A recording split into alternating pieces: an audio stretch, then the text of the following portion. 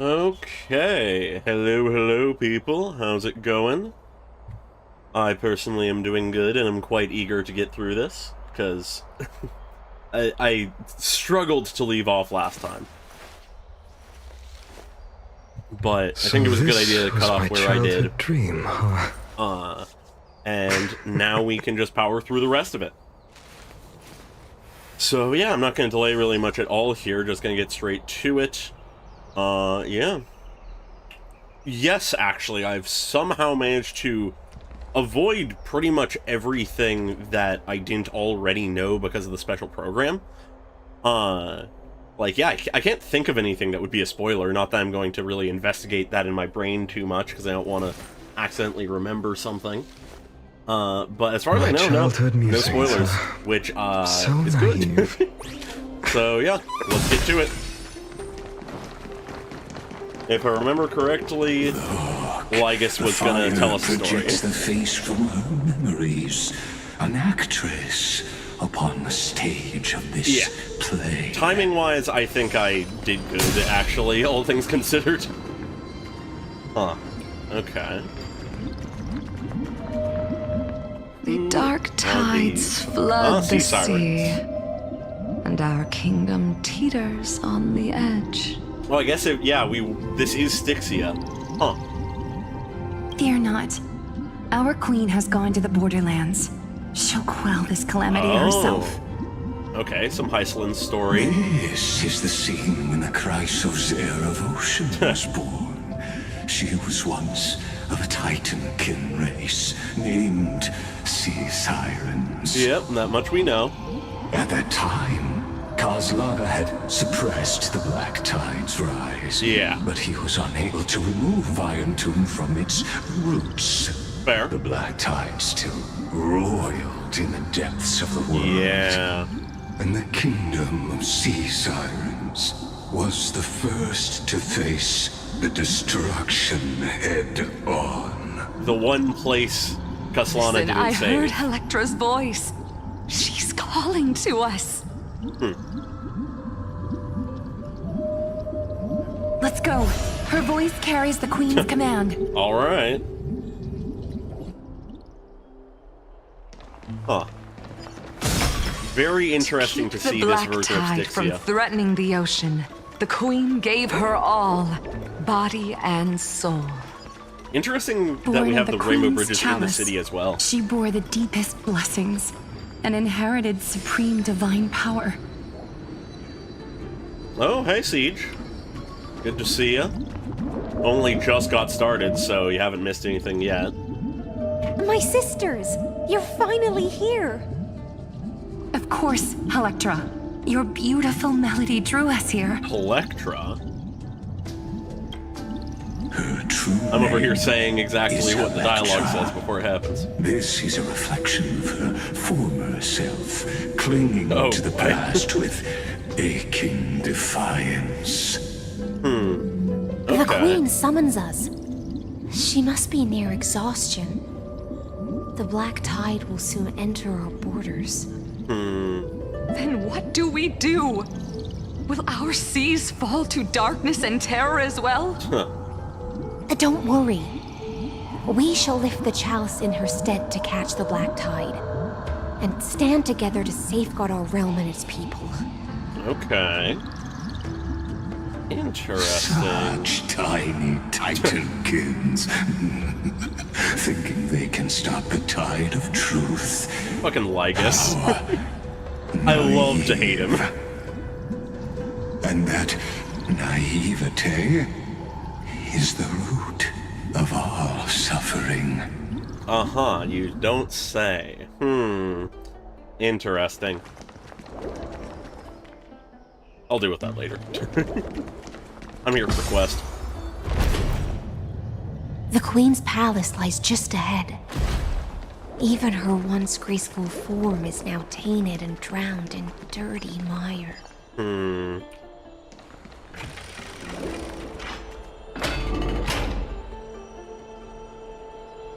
No, that is very fair. That would be what this is to him. Just something he's a bit more invested in than, I'd say, a random RTS or something. No real reason to do much there, but you know. Yeah, no, Lygus does very much interest me, because he's easily our best villain that is just truly a villain, if that makes sense. Lygus, our noble queen, we've come at your call.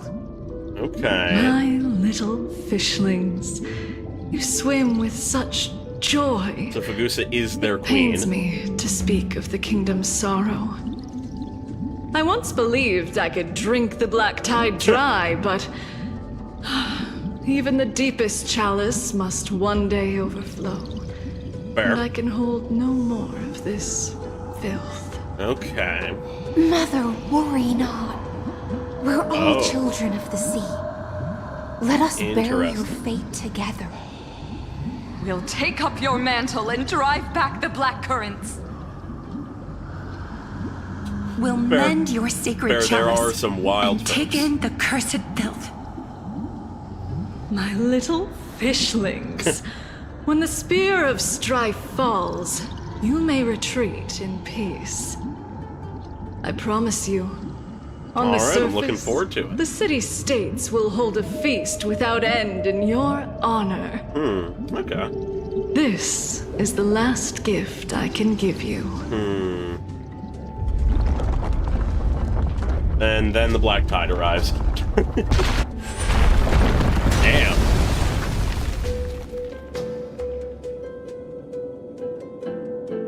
Fagusa sank into the abyss. With the chalice shattered, their intoxication very much so. spilled into the black tide, birthing the first madness in Amphorius. Interesting. Sea sirens followed one after another, hunting for the Titan's fragments, until their flesh decayed and their bones crumbled, all for the promised final feast. Damn. Keep watching, but tread carefully, for the stage ahead is crumbling with age. Uh-huh. Just like her shattered fate. Alright. Ooh, more just time stuff, of course. Clinging to the past only blocks the road forward. Why not let time build a bridge to the future? Remembering how these puzzles work.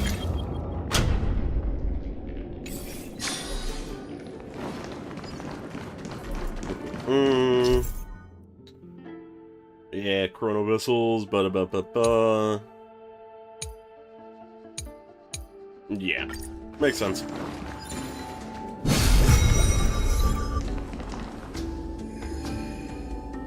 Did they seriously name the achievement the world? Oh my god. Yep. Your wisdom Reference surpasses even the bounds of reason's model. Yeah, red text sure is cute and fun.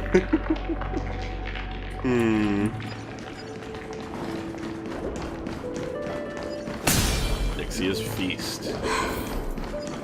Can't get through. Looks like I'll need the miracle orb nearby. Yeah, okay. We're in puzzle land. The ending was written long ago. Even you cannot rewrite it. Just like this poor chandelier. I've praised it all. Fucking Lygus. Taking any opportunity to say some bullshit. Electra! The fiends have gnawed my tail. Jesus I can no Christ. longer swim to the far seas. Electra! The black sludge has soaked my fins. I can't dance with you anymore.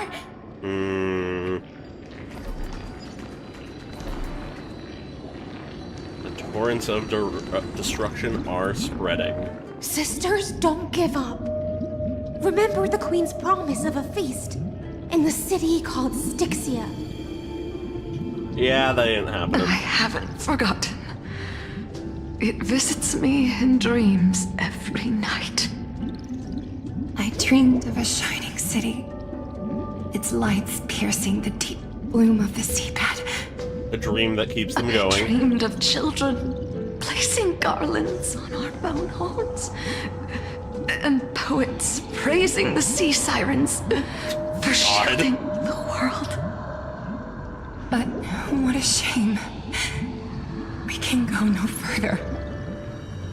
Please, sing to the humans for us.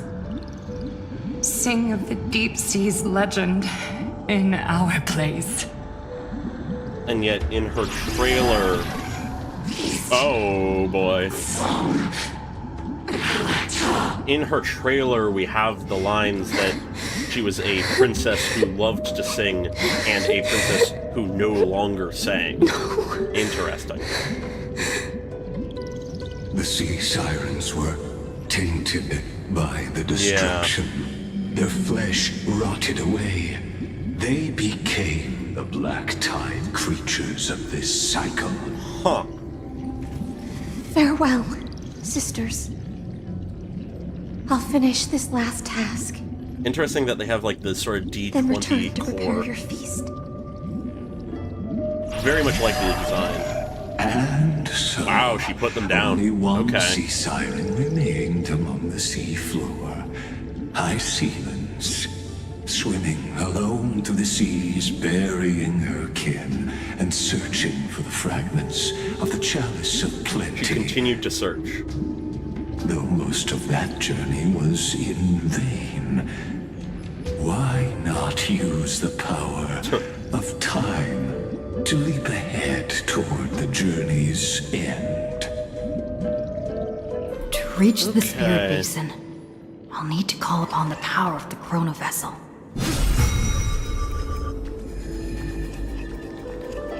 Huh. Okay. Oh wait, is there something else there? Goddamn.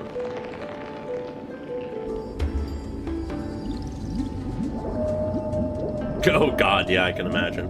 At last, the chalice of plenty is whole again. The lance of fury emerges from the Oh? river of souls, and the gods reclaim their duty to hold back the black tide. Okay. I am freed from endless toil, and now walk toward the rites at Styxia. Is it truly that simple, I though? bore my sister's Ooh. dreams upon my back, took on a graceful human form, and hoped to find a grand celebration on the shore. Oh.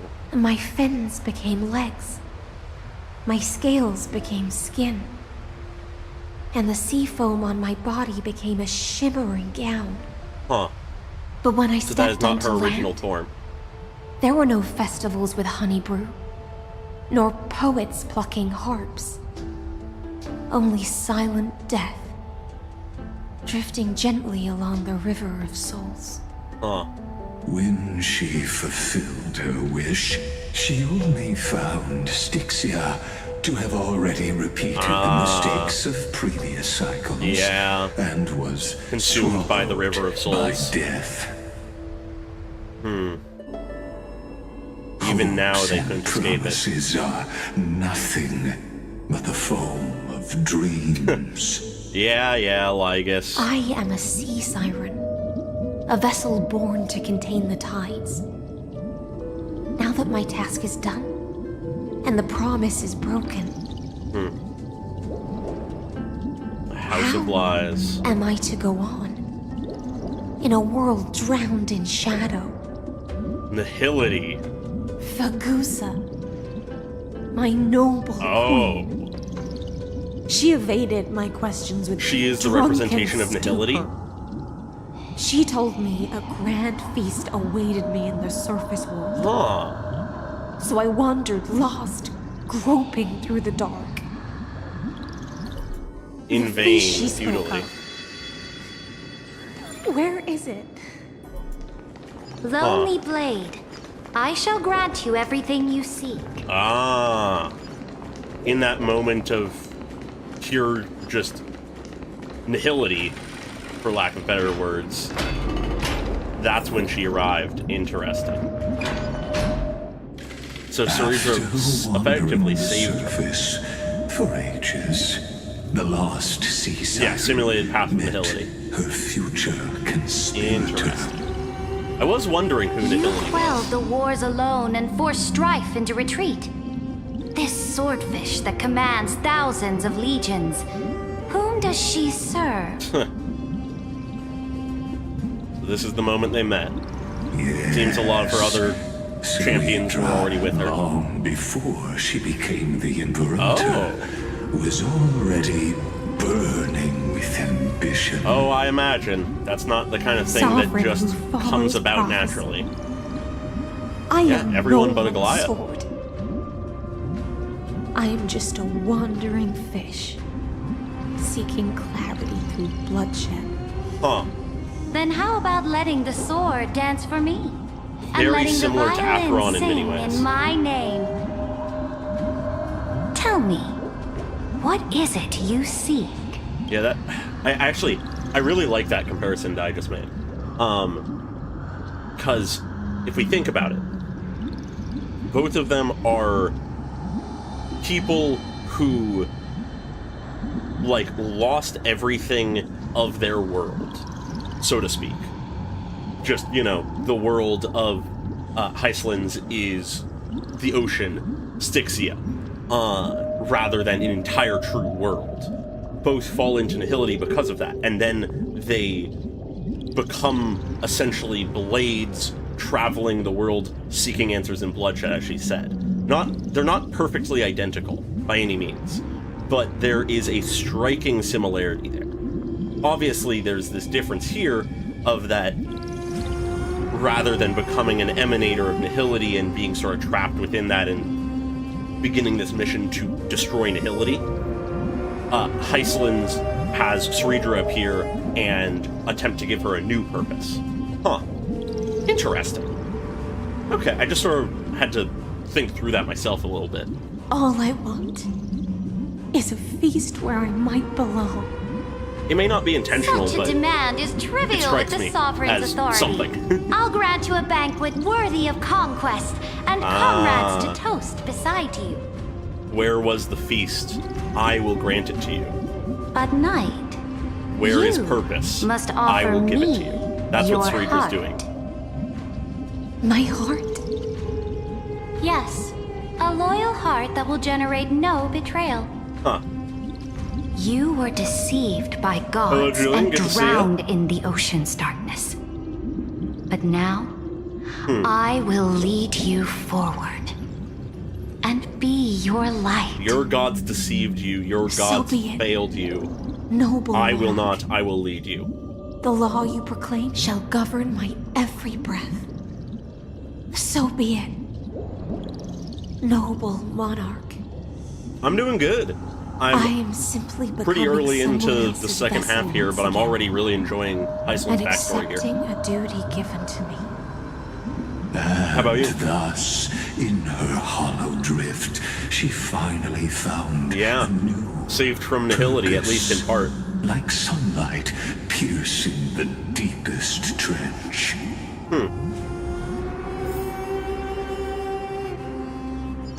Interesting. Go sing a song for the sun sitting on the mountain. So the princess will sing again. Noble monarch, I've cleansed the foulness from the road as you commanded. My blade, you've helped me ascend and take the crown. Alright, jumping Ask, forward. and you shall have your reward. What I desire is the same as before. The feast. A feast. Your promise, yeah. Look, I've prepared you a grand banquet. The finest honey brew and tributes await. Is that truly what she's asking Fish for? are drawn to light by nature, for the deep sea knows only gloom. Now I found a flame. Ah, yeah. It may scald and burn. Always tough with losing the It's the 50-50s. only light. Come, let us join the feast. Perhaps the path forward lies hidden among the revelry. Okay. Huh.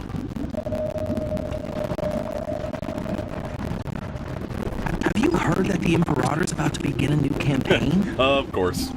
Her glory will no longer be bound by the borders of Emporius. My faithful subjects, tonight's feast is not just for the past. It's a toast to the future! Okay.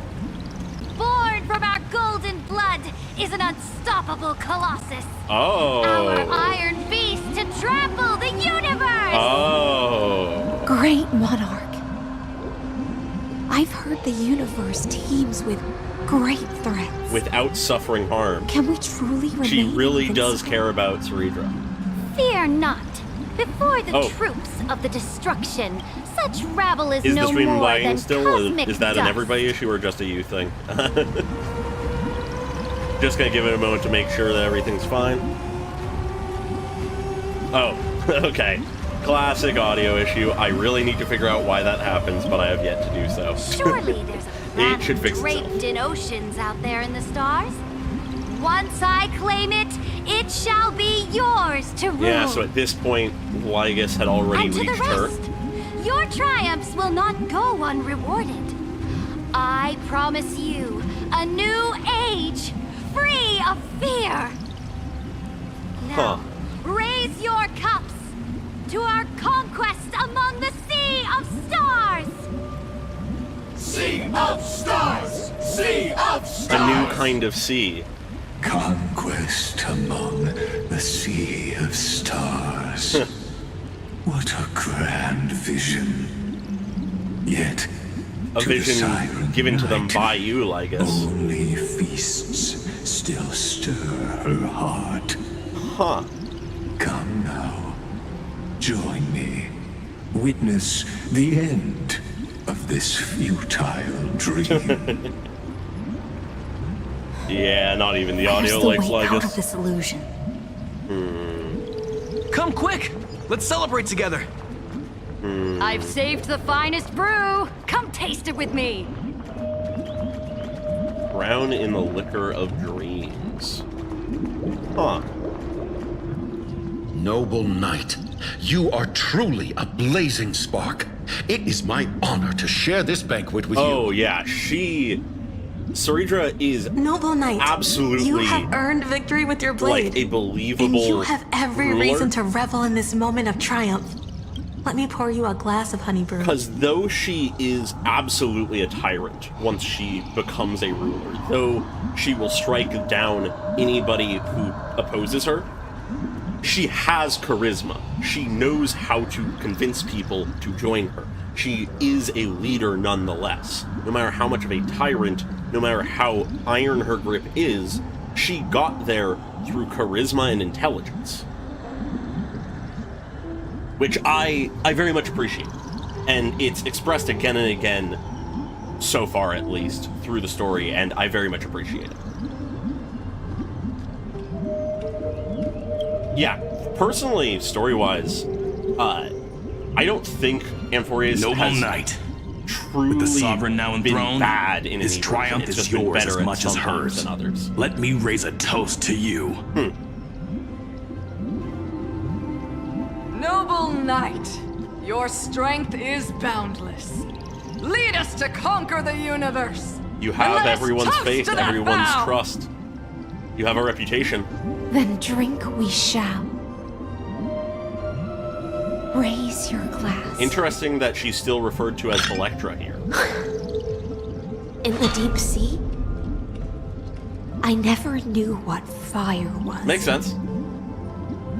But when I set foot on land, the first light that I saw was the flames of war.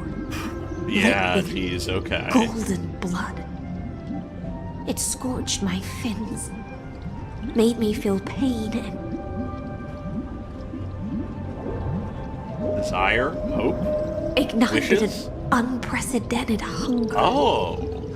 A hunger that flickers in every hero's heart. So Oh, ambition. bright, yet so blinding. A goal. Look! The monarch herself has taken her seat! Hear that? I love the this court feast. sings her praises. Come! Join us and praise her glory. So she got the feast she wanted. I love this journey that brings the feast. Huh. I love the people on the journey. I love the monarch chosen by the people. Huh. One eye of hers sees glory, the other sees corpses. And yet, she cherishes the name of glory more than fear and death. Interesting. I watched the trailer and it's definitely informing things for me, but times before his I don't end. think I'd consider it spoilers necessarily, unless there's But something the I think to brave see. face death but once, which gods stand witness. On the eve of war, we sang our hymns and set our sights to sail beyond the stars. Uh-huh. The legions will climb aboard the beast, riding it like currents across the cosmos. That is an image.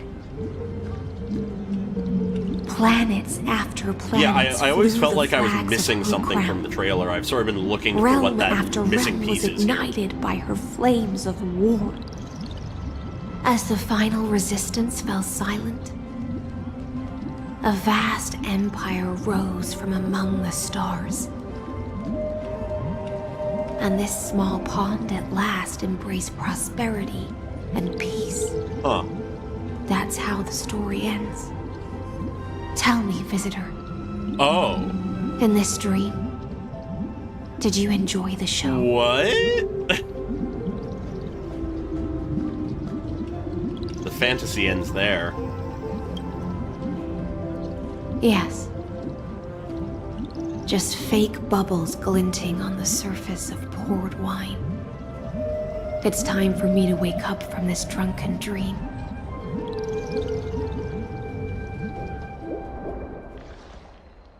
Indeed, I have long known. But yeah, no, I've watched all the trailers, like, when they came out and stuff. Did reactions on them and stuff. And this is another one of Fate's grand lie. We have the song that... we have the sad song playing, uh-oh. The Imperator is dead! Ah, your The purpose. Imperator is dead! The thing that you lived to defend. The Imperator is dead! Huh. Let not the wind claim you is the objective. People once cheered for my ascension. And now Huh. they cheer for my fall. The cosmos. The battlefield that I cannot reach. That last conquest that you never achieved. Before the Sovereign's conquest reached its end, her life and ambition had already been swallowed by the deep sea. This is the true ending. Her grand designs torn apart by the blade. her regal robe soaked in golden blood. Her own ambition And the one who outweighing struck her her capacity to appease everyone. The one who struck her down. Oh. Was her most loyal Yep. Gladius. But why? That is the question. I don't need to explain myself. A fish in a pond has no hope against the surge of fate. Really? I wandered the shore, found a flicker of flame, only to snuff it out with my own hand. You snuffed out your own light. I don't understand. If the ocean's feast, the Imperator's dream, and even Amphorius's existence are all illusions, then what's the point of our journey? When the Deliverer returns, I will let this absurd celebration come to an end. Huh. But Greyfry, I can't help but wonder The nihility returns to her. how I dearly wish this feast of the flame chase would never end. You live in an illusion and wish it to stay that way. It seems she sensed your presence. The Fantasia's foundation is starting to crack. Let's return to the prologue. Remember the allegory of the cave? Yes, I Can do. the prisoners in the cave learn to see the shadows and echoes for what they are, and stop mistaking them for reality? There are those who refuse to leave. As you've accept seen, it. when she cast off her chains, finally turned to look around, and moved her legs, her reward was nothing but searing pain. So you're using that to say that things will only be worse if Amphorius is free? The fire behind her had never once actually touched her eyes. Her legs will buckle beneath her, for she had never learned to walk forward. But that doesn't mean she can't. And so she fell into infinite confusion and fear. And That's fair. came to firmly believe Going into the story completely blind is an entirely valid option. were the real world. But we in the cosmos, are we truly any wiser than she was? Now, nameless one, fateless one, Interesting. ask yourself this. The paths you tread, the eons you worship, everything you've trailblazed with your own hands, could it all be someone else's projected shadow? Yes. So what? Let's leave that question till after the curtain falls. Once you've unearthed every last truth and reached the prison built for me by the demigods, I'll speak with you face to face. Yes, because speaking is what we will do. The Theoros have walked the 30 million histories born by Kozlana. 1,000 years is a mere atom in a grain of sand to me. Amphorius, compared to the cosmos, is but that grain upon a whole beach. I swore to bring an end to the erudition. Would I really let a single grain grind down my mind? Now, please use the power of time to open the gate to the ocean's depths. Okay. Go find the prison warden tormented by loyalty. Find her. Step into the world's vortex. And once there, end everything between us. All right. That palace conclusion reflects the heart of the demigod of ocean. Intoxicated. Stagnant. There, you'll witness the true beginning of the saga of deliverance. Really? An ugly history, long buried by tides and shame. A staircase of apotheosis that the Imperator forged with the golden blood of 500 human sacrifices under the pretense an incredible cost of conquest. Perhaps an unforgivable one. I'll wait for you at the heart of the world. But to reach the place, you must find the prison warden. Beyond this door lies the path to the vortex of Genesis. The drunken dream is over. Sink to the bottom of the sea.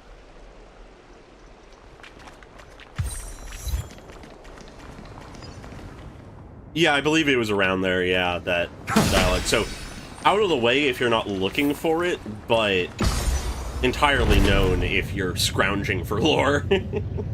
Which, now step flashbang. Away from this false banquet. And then onto that bloody stage. Alright.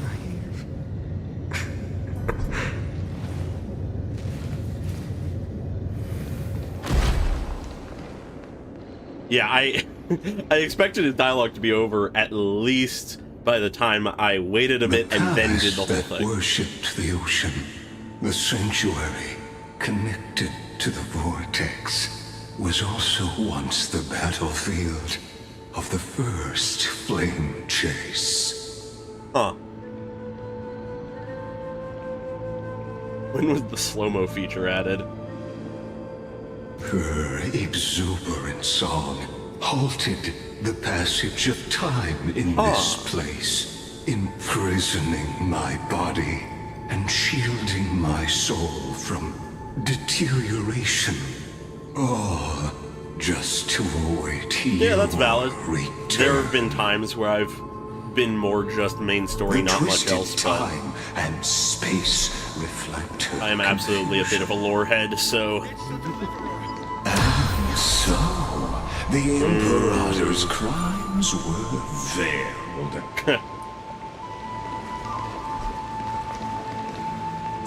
Stay away from Apollonius! Oh, wow. She's defending him. This cup of honey brew. What a sweet aroma. There's still something of the sea sirens in there. Virginia.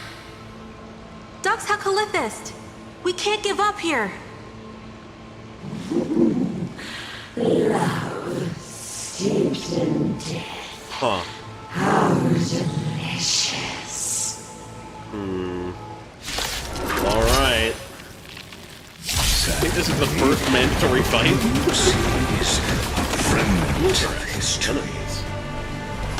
And your interference is just another equally futile Serenity is before me. No other choice but forward. Anyways, time to utterly obliterate this. This more Deactivate what's over you. Guide you on your path. And then they will all die. To guard and defend! Crush them! Yeah, no, of all of the really good voice acting, that was some of the weaker stuff, unfortunately. But hey, you know, better it on a NPC than an actual character's voice acting, if I could choose. strong enough. Not that that's really how that works, but Quench the flames with blood. Is that all? Her agony! Alrighty. I'll never yield to fate. Empty shell! Tear the sky! There we go. Feels good to have a C2 fine on. I chased the enemy away. I think This is the end for both of you, it can't go any seems. further. I'm sorry, Oh, absolutely. Virginia, for letting you. It's okay. I'm glad to die by your side. Even just that, those lines are better done than that last one. It really just was like twist of fate. better take, probably. Even as the foundation of the world crumbles, the heartless Imperator still made the same decision she did in the past 30 million cycles. During the first Flame Chase journey, the Flame Chase Legion stormed Styxia. Tens of thousands of sea sirens surged from the River of Souls, crashing toward the heroes like a tidal wave. The hell before you is the recreation of that very battle. The campaign against Styxia. Look. I chased the enemy away. Is this going to be the same dialogue? There's a letter. No. I never got to give to you. The rare Let me love read it story, to you. yeah. It's my final poem. Do we get to hear? The shadow of a tree frames the sage's back. Like a boulder bearing the rings of time. And the bird's song is a whisper of wind through the forest. But it cannot pass the fractures in his form. His weight presses down on the bird's wings and the stirring heart within.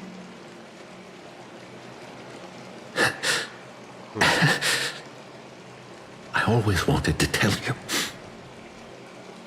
You look beautiful when you read poetry.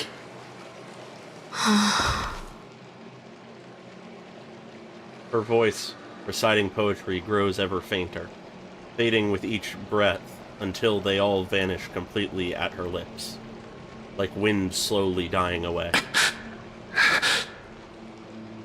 Virginia, see you in the new world. His form grows rigid, but his kind smile remains, as if he were a benevolent statue frozen in time.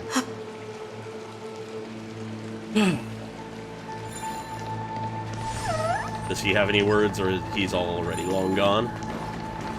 Yeah, okay. The casualties of every cycle. A painful past, yet hidden beneath a veil of joyful song.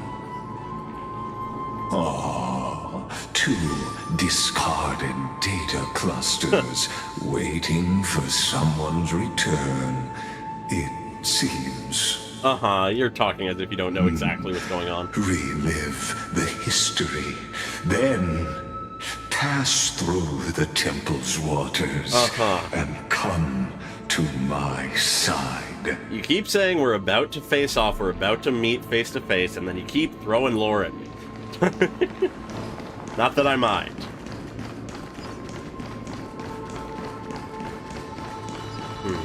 Witness the truth. Is this the truth? Is that the Deliverer? You finally made it. Is this the truth that Lygus wishes to show us? What a wretched way to die. The Flame Chase Army. Oh, he is devoured incredibly by dramatic. warbling fish. I wish him and Anaxa properly went face to face on screen. Look, the cruel Imperator and her Knight Commander, the pitiful Warden. What a perfectly matched duo of test subjects. Their hands drip with blood. Golden blood. True. Raise the bridge, and cross the river. The more of he fate. fucks with us, the more This chance we may path of falter. the prisoner is far from over. Imperator! Imperator! Did you see my gallant deeds, Imperator? Huh.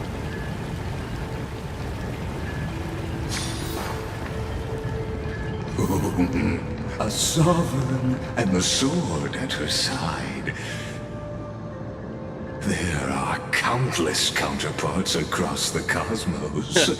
Most of their stories end in tragedy. Yeah, rulers rarely have a happy ending. My childhood dream.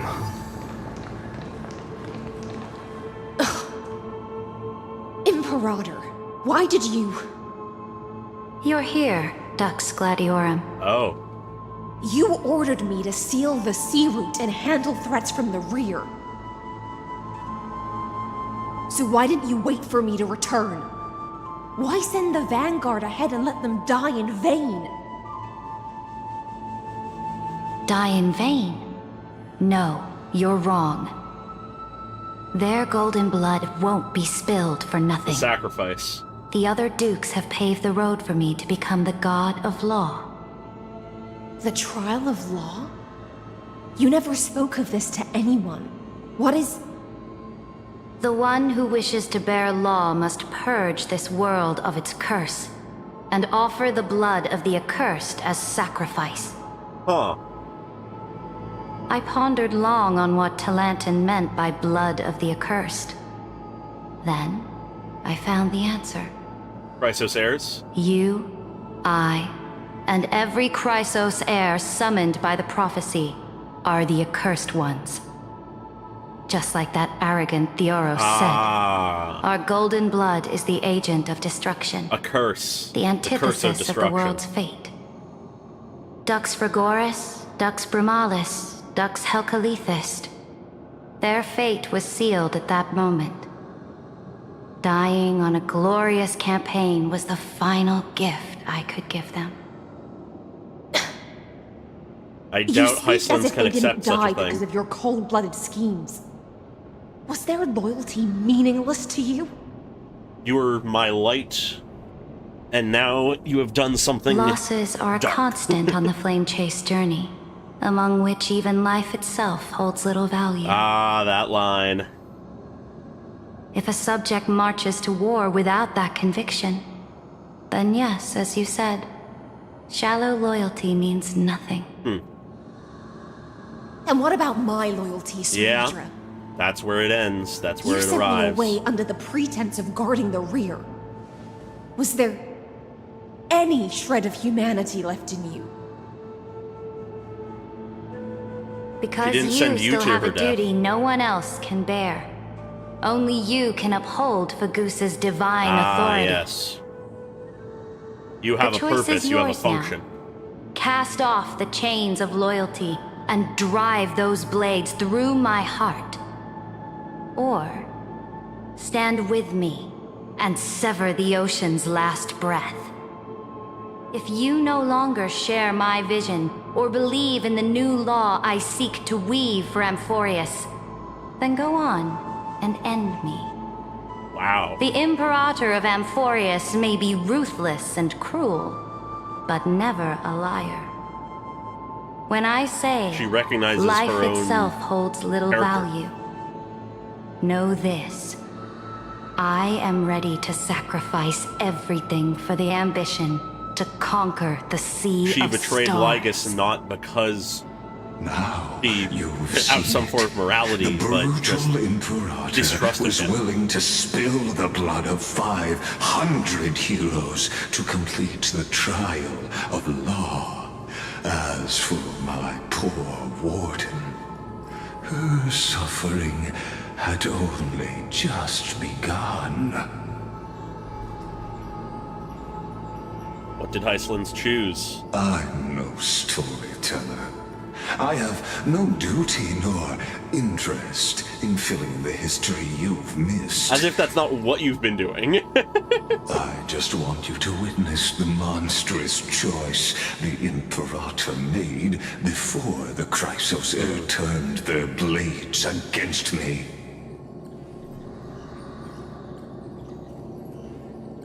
You think I'd falter because of this? You jest. I gave up on using words to solve conflicts 2,000 years ago. But I won't squander a chance, not even a sliver of one. He's trying to make us falter, no matter how small a chance. Of your conviction. God, I would love this if Welt just showed up and went full Herrscher on him. Now that the past is settled, let's turn the page and bring time back to the present. Alright. And dive deeper still, until we reach the very bottom of the abyss. Alright. Okay. Deeper and deeper still. Is the path ahead underwater? Okay. I need the Oryx orb to bring back the chrono vessel from the past. Okay.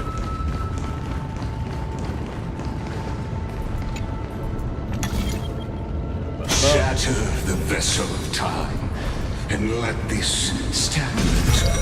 This hidden gate leads to the vortex. Hurry now. The time of our reunion draws near, Deliverer. Does it, or do you have another story to tell me? This gate leads to the vortex. Hurry now. The time of our reunion draws near, Deliverer. Okay.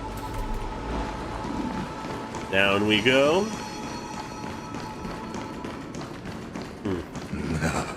This cruel journey will reach its end at long last. Alright. It's making it sound awful final. Let's see if it truly is. You've been silent a long while, Dux Gladiorum. Starting to doubt your decision? She chose to trust Saritra, but shakily, I imagine. Save your breath. The vortex of Fagusa lies just ahead. She recognizes the importance in the current quest, but disagrees with the methods that have been used, I imagine. After the trial, there's nothing left between us. You may have been my light at some point, but not anymore. Toward the stars, Dux Gladiorum? I was always a creature of the sea. The stars in the sky were never meant for me. Not having that ambition. Childhood dream. A belief of where you should belong. Okay.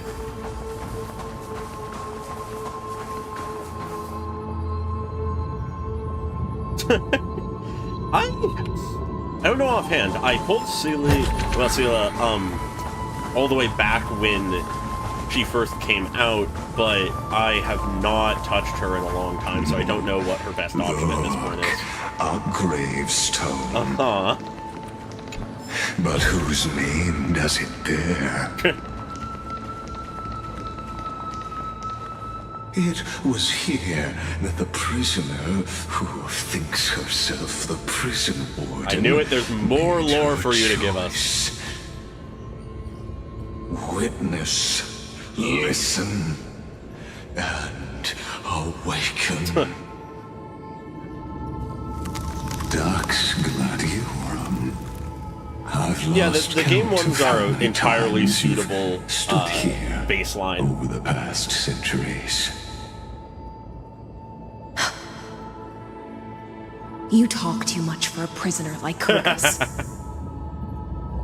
Too geniuses who defied law and all the Chrysos heirs who sacrificed themselves in this cycle worked together to chip away my strength. But you can never affect my will. Uh-huh. And as long as my will remains intact, I am free. Keep telling yourself that. Don't get ahead of yourself. I still have ways to chain your divine soul. Divine soul. Please, interesting. Do surprise me. But I'd say your mission is nearly done here, isn't it? Oh, it was here you gorged out the core flame of ocean from Fagusa's body.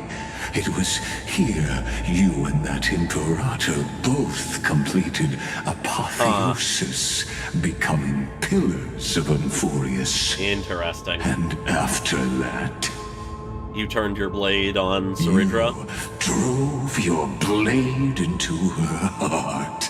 A loyal subject turned regicide. Regicide and a deicide. Demigod committing deicide. Or so the history books paint that tragedy. Oh?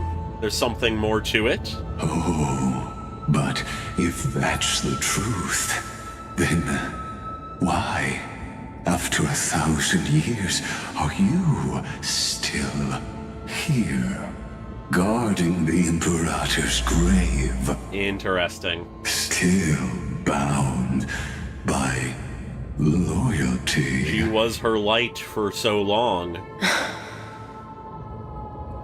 Come to think of it, perhaps I'm not the only one imprisoned here. Uh-huh. Your calm does stir the rage in me. As if the one paying the price here isn't you, but us. The ones who lost everything. He is patient. That's only because I've waited 13 million lifetimes for my vision to be realized. Yep. Countless Another millennia. 1,000 years is nothing to him. Loneliness never once showed me its fatal side.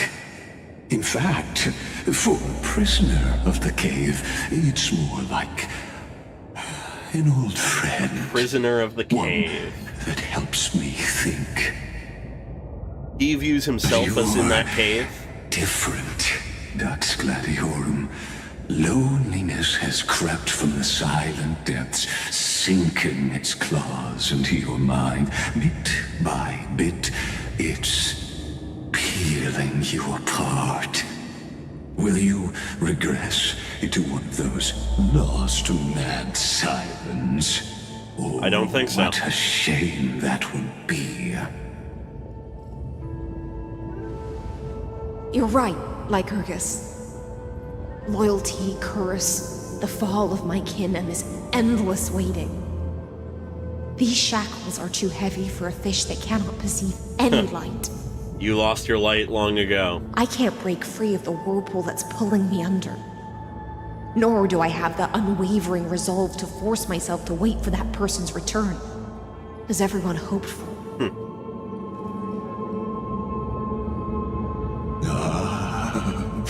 Deliverer from beyond the sky, my executioner. How much longer until she arrives here? We're on our way. Or will she ever return? Don't do that, Lygus. I don't know. And I doubt anyone Don't does. try to implant any kind of doubt. She already Then doesn't fully believe it. what will you do?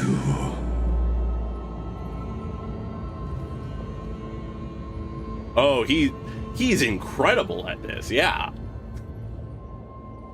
Saridra. He knows that if he just keeps talking, he can poke at people enough. this will be the last time I carry out your decree. Ah. Ever since you took me under your banner and made me the Dux Gladiorum, my music has belonged to others. Time and time again, I use the siren song to lure the unwary into illusions for your schemes and strategies. But my song became for others. Well, not for others. Now, used on others. Let the siren Electra sing for herself. Yeah. Let me step into an endless dream of my own making. Whoa. Oh, great ocean. I offer you the rest of my clarity and my freedom in exchange for the strength to stand against the nihility. And honor the sacrifices of the fallen heroes. I cannot withstand this nihility, so I will bring myself into an illusion. A false dream so I can endure. Greyfry. Huh. Deliverer from beyond the sky. When you ride the current of time and find your way here, you'll hear my solo. Yeah. That is absolutely true. It will guide you to the heart. It's a sign of a really world. good liar and manipulator. Half-truths. By then, omissions. I may still be lost in my self-wrought slumber. But I'll uphold my part of this long relay and guard the shackles that seal exactly. the Theoros. Do you still remember? To awaken someone from a siren's voice, you'll need a goose's honeydew. It's time to wake up. the gift I once gave you. May you still have it when the time comes. Nice. Good little setup payoff there. When you return, please pour that honey brew upon this grave. It holds the story of all our struggles and sacrifices. May you see it one day. The prelude Amphorius wrote for your return, carried forward through a 1,000-year relay.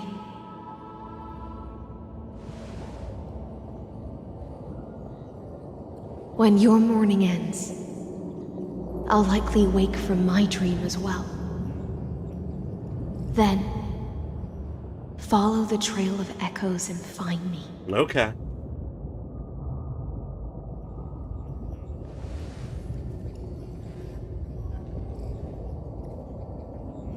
And together, we'll bring judgment upon the sinner who defiled the erudition. All right. Let's get together. Let's do it. At long last, 33,550,336 cycles and 4,931 years later, Amphorius's final curtain is ready to fall. You sure about that, Lygus? The shadows within the cave gave everything. Yet all they did was mimic life outside its walls. A futile effort steeped in sorrow. Enough! Ooh. They were no shadows. Everything they did shattered the darkness of this cave.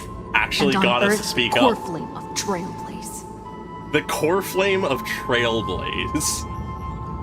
Now, with that core flame, I'll light the dawn of Amphorius. Okay. We ignite the dawn, we are the deliverer. Do you still choose the will of the paths as your answer in the end? All right, let's lock in. I agree with that answer, but I respect your tribute to them. Allow me to take back my earlier words. Okay. As an apology, and in the name of Theoros, who saw all destinies in this world, let me join you in mourning. let us bid farewell to the heroes who sleep here.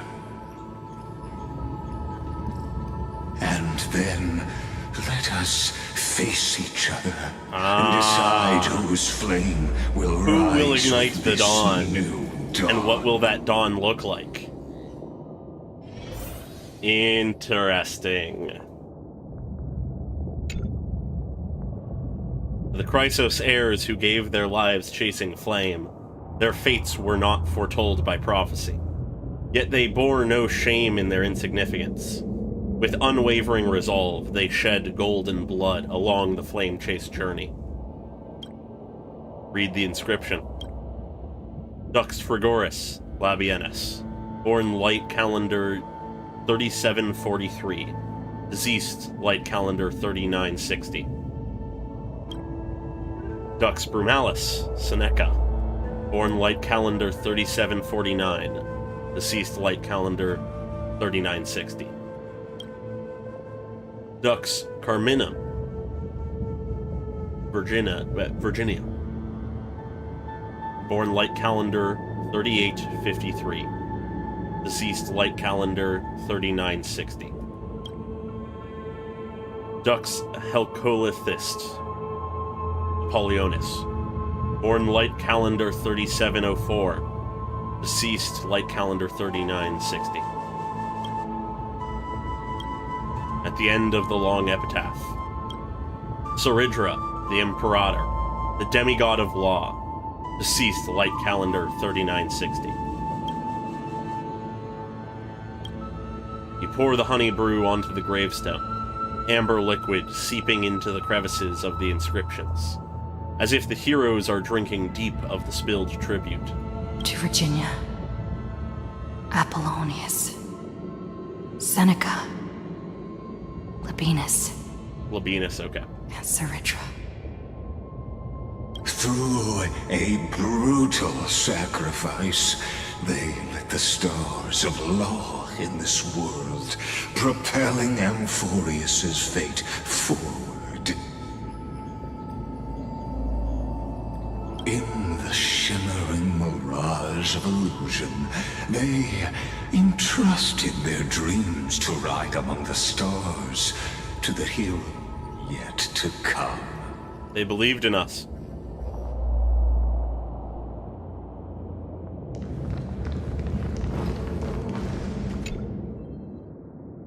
The Chrysos heirs who gave their lives for a new world, their fates, as foretold by prophecy, are to be born whenever the world needs them, irrespective of how time and space may shift, all to fulfill their duty and answer their calling.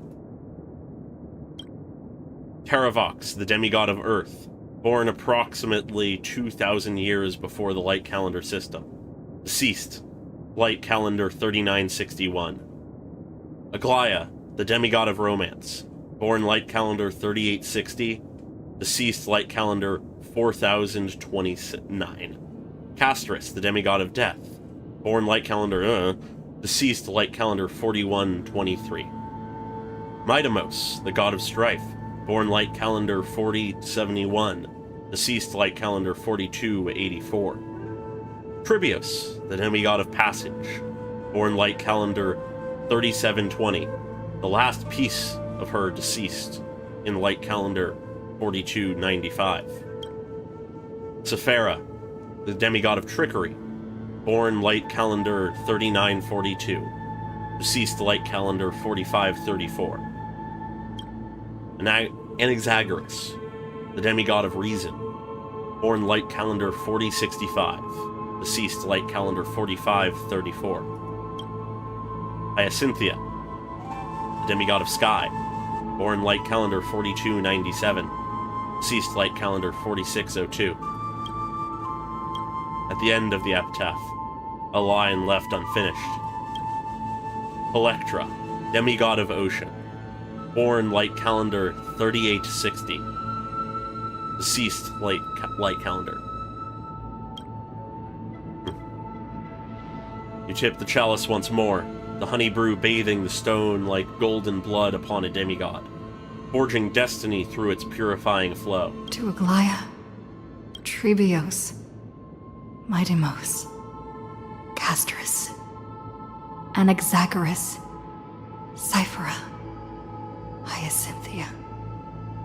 In a relay spanning 1,000 years, they stood against enemies far beyond their strength and won a bitter victory through what seemed like futile resistance. A victory nonetheless. And in that same 30 million cycles, also marked by futility, they remained steadfast in fulfilling their duty to the experiment, unchanging, unwavering.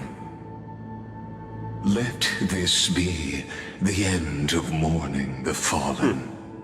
At last, allow me one final toast to the lost prison warden, a prisoner bound by loyalty. A prisoner to her loyalty, yeah.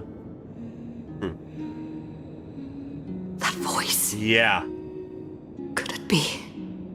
Bathed in the honeydew. I'm not surprised that he pities them. She will awaken from in his own a strange way. Dream and sing the final song of her mission. Icelands.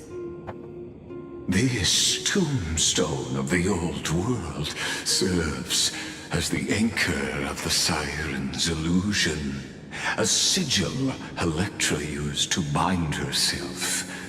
At the same time, it is the very thing I once proclaimed at the start of the show, a microcosm of Amphorius itself. A group of prisoners bound themselves in a cave, crowning their suffering with heroism. An epic staged with shadows and echoes. Interesting. Now, destroy it. End the illusion. The Theoros will take his leave for now. And when next we meet, that shall be the moment that decides the fate of Amphorius and the entire cosmos. Very well. The prison warden's dream we'll let this is one run through. nearly over, and the prisoner will soon be freed. To the final execution ground, where I shall be executed, or be the executioner. All right, Lygus. We'll see what happens. Yeah, no, the part of him mentioning that he is in the cave as well was very intriguing to me. I'm curious to see if he says anything more about that.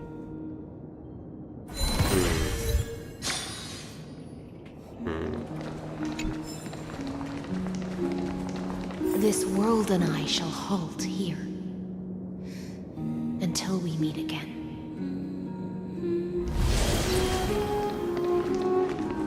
She sings. I've appraised it all. No fakes.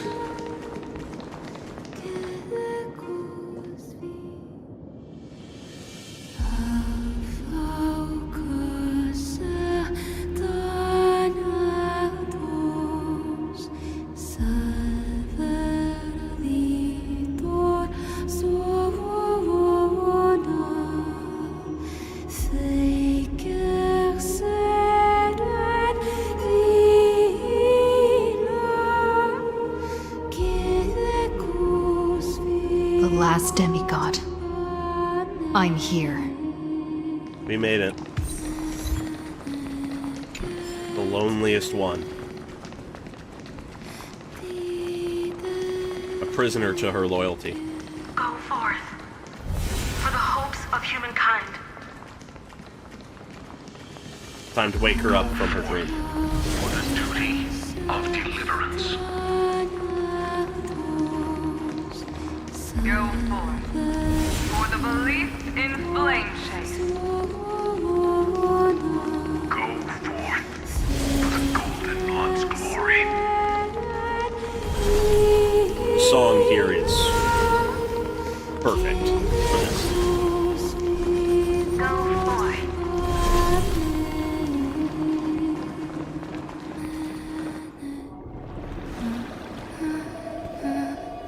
Hello.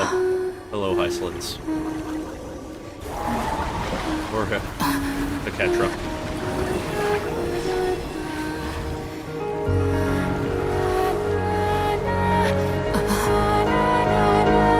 Seems like my feast is over. It is. It's now your turn to perform. Yes. Whoa!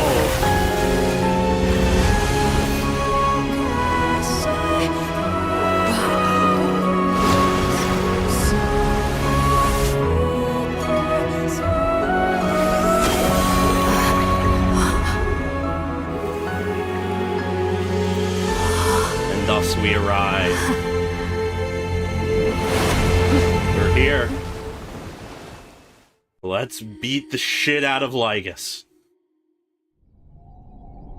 Little Grey Fry, please accept my thanks. I was the only one left after the world was destroyed, and I maintain this lonesome feast with my songs.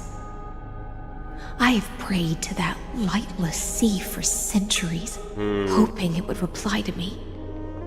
Yet the emptiness never answered. We're here now. Thankfully, you arrived as promised, and everyone's wait was not in vain. It seems like she's been calling us that for a little bit, which is funny.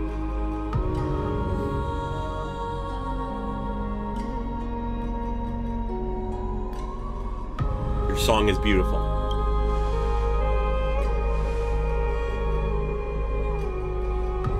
Thank you, final audience of mine. This is probably the last praise I'll ever hear in my life. In this cycle. Now, you and I will walk towards the end of this world. The heroes have waited for this moment for far too long. Let us use our blades to testify our resolve. Yes. To make use of this moment. Oh, prisoner of the seas. Theoros carrying 30 million cycles of sin. Slave of erudition. Slave of the erudition. Show yourself. The deliverer has returned. And the time of your execution draws near. Yep. I see an awakened human who has mistakenly taken fallacies as truths and has returned to the cave to try to bring her friends into the sunlight she once bathed in. Something you believe to be impossible, Lygus? Alas, prisoners will always be prisoners, blind to the very chains that bind them. As the only other existence with free will in this world, I express regret toward your choice. But I shall retain your right to express yourself. After all, every actor should have a final line before they bow out.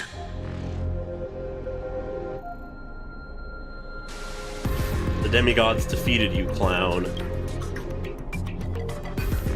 Allow me to correct your statement. Constrain does not mean defeated. And for heroes like yourself, that nuance could make all the difference. I could say the same to you. You say they are chained in the cave, and yet look at what they've done. Resides in the exomyth. It is pointless to defeat my avatar, projected into the experiment. My body is the shadow cast on the wall by the fire, and my words artifacts are lingering echoes within the cave. He is a part of the cave. How can Thus a equally its character in the prisoner, play but... fight against the audience? Kaslana failed. The demigods' sacrifices were pointless. I don't think so. As for the two geniuses you placed such high hopes on, I ask of you, where are they now? Yeah. Time to meet E2L1. After the Imperator was assassinated. Confusion and epiphany always go hand in hand. That's particularly true for geniuses. You must be very confused about why you could not gain a straightforward victory in a world constructed by an ordinary Intellitron. Something tells me you're not ordinary. Intellitron? Cut the pretense, Senior Society member. Now, who are you? We've torn off your meticulous mask and figured out Amphorius' true form. It's part of the primordial prototype machine, the first scepter ever created. Oh. In other words, a detached part of Noos's divine corpus. Oh, wow. That's why it has the potential to destroy erudition. Okay, makes sense. As for who would be able to control the Ionic system to rewrite knowledge. Only one person has ever managed such a feat. Uh-huh. You better have an explanation for the society. We want an actual answer, not another prolonged metaphor to cover up the truth.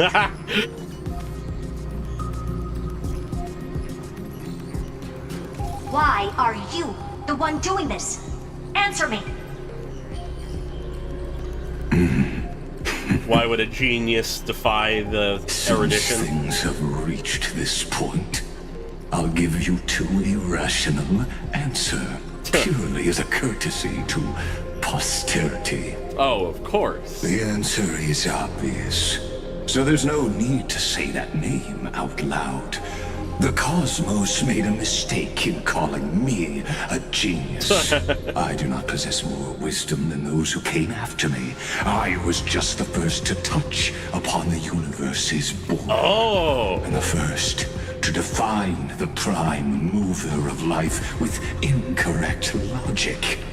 He was the first. Amphorius is a miniature of the cosmos, where all are born prisoners inside the nutshell called the universe.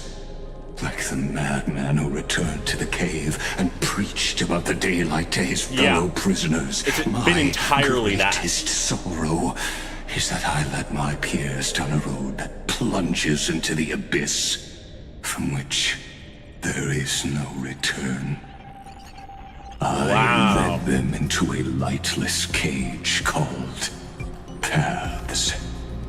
He believes he led everyone astray. I created a mechanical god that even I cannot control.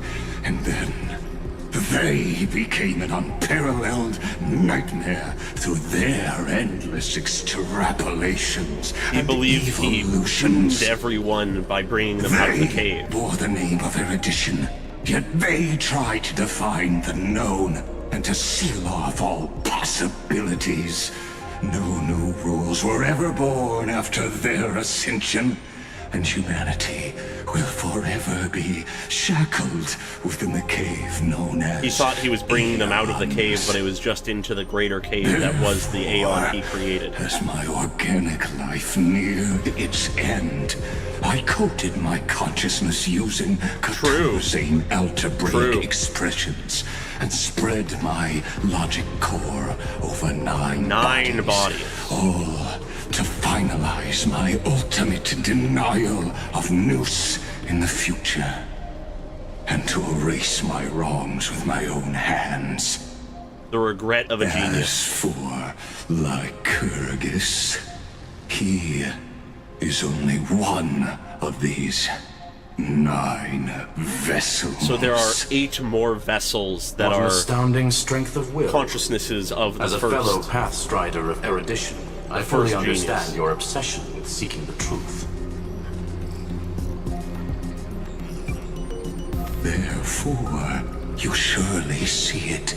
You cannot possibly stand up to me in this algebraic world sharing its origin with Nous. However, I hereby speak for all sentient life forms. We will never allow such a cruel atrocity to occur. There it is. You can pile on your metaphors mountain high, but they won't change the act you're committing. True. The Iron Tomb out there in the cosmos is still a technical beta version. And yet it's already powerful enough to corrupt the life logic of all inorganic worlds. Oh, I absolutely am enjoying the story, Undom.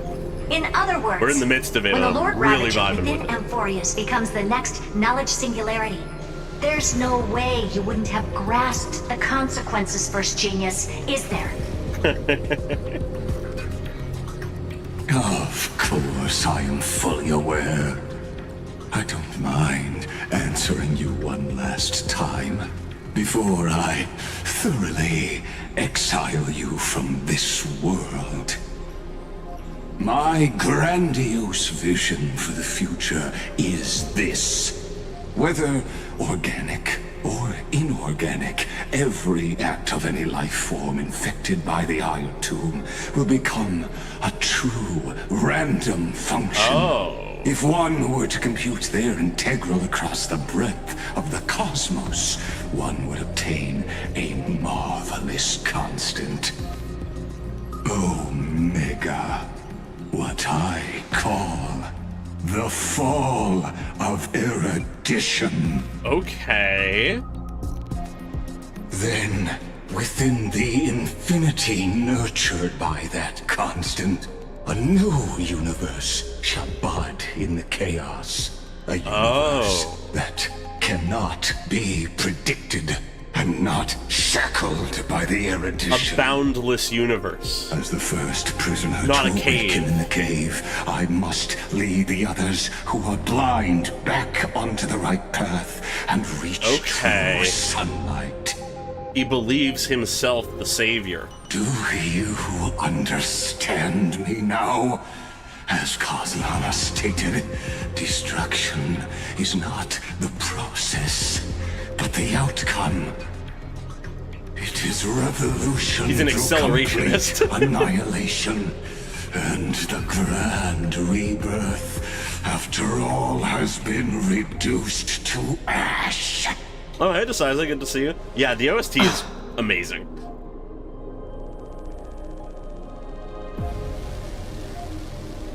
That's not what Finon believed at all.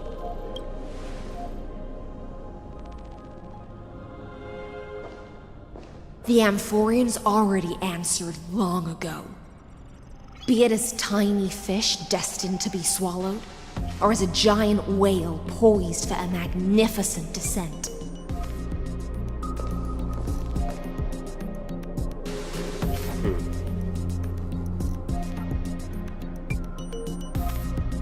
We will all fight against fate till our last breath.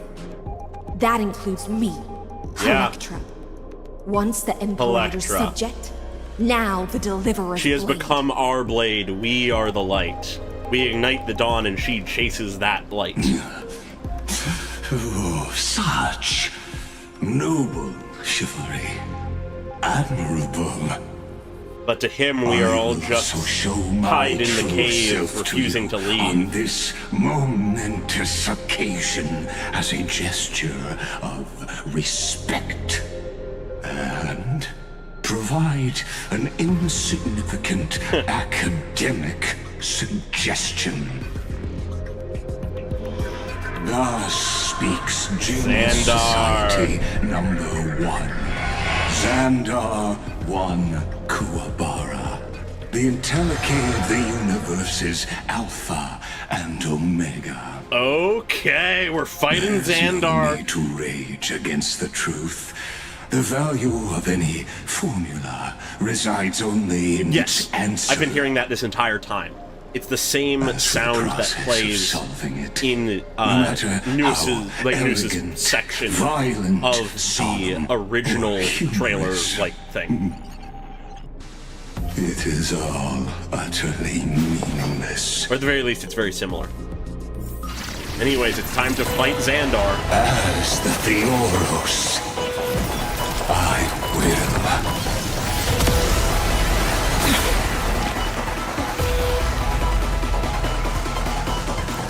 Personally participate in performing this world's end. The glitching around him. Remember this. As Gnosis creator, I know more about the death of knowledge than they ever will. A being predating a god.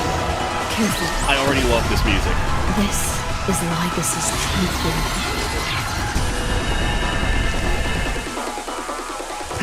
Alright, let's see what this music does. Ooh. Ready to play your ace, huh? Alright, we need to... Okay.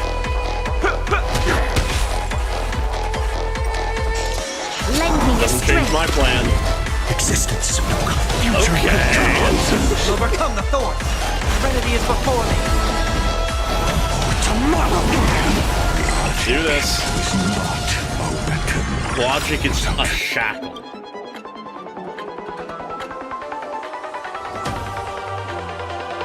Alright, that's fine. I don't care about the IHP cost. To shatter them for you. He believes he is shattering our chains.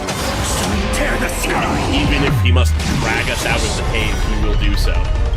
That is what he believes. Destruction needs no introduction. Let us skip those boring influences. Alright. Is this the black tide? A form of it, yes. But extraordinary claims require extraordinary This is gonna be a big hit on our part. erudition, destruction. Yeah, that is the one unfortunate thing with using this team. I approve that the very idea of paths Paths themselves are a fallacy. Huh. Is that all? remove all abilities. Her agony. You know, I'm not a whale, so it isn't gonna go as fast as the whale team would, but this seems pretty strong. Multiplied beyond necessity. Jesus Christ. I'm demonstrating this to you personally. Hang me! I'll do my best. I see it! Target the connector between his thoracic and lumbar vertebrae. Okay. Destroy that spot. Alright. Yeah, the animation is insane. Yeah. Quench the flames of blood. Is that all? Anyways, as usual, I think I'm going to be finishing this fight before I exit my first holds. Rifted with strife. Feel the scorching hatred. Tear the skies. Yeah, there it is. Alright, let's see what this looks like in cutscene form. Alright, we have the lance out. Yo! Get eaten by a whale.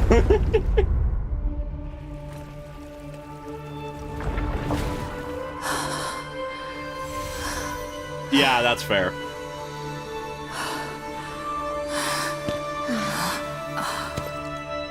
If I had Kafka and Black Swan, I totally would have pulled for Iceland's. All is futile. Yeah, it's not that simple. In erudition's calculations, the emblem is simply a comment awaiting deletion. Yeah, he's the administrator. It's not that simple. I don't like such a cold statement, okay? Oh? If numbers can decide the end of a story, Cyrene. surely also pen a new beginning. Yeah. Let's rewrite the story. Oh?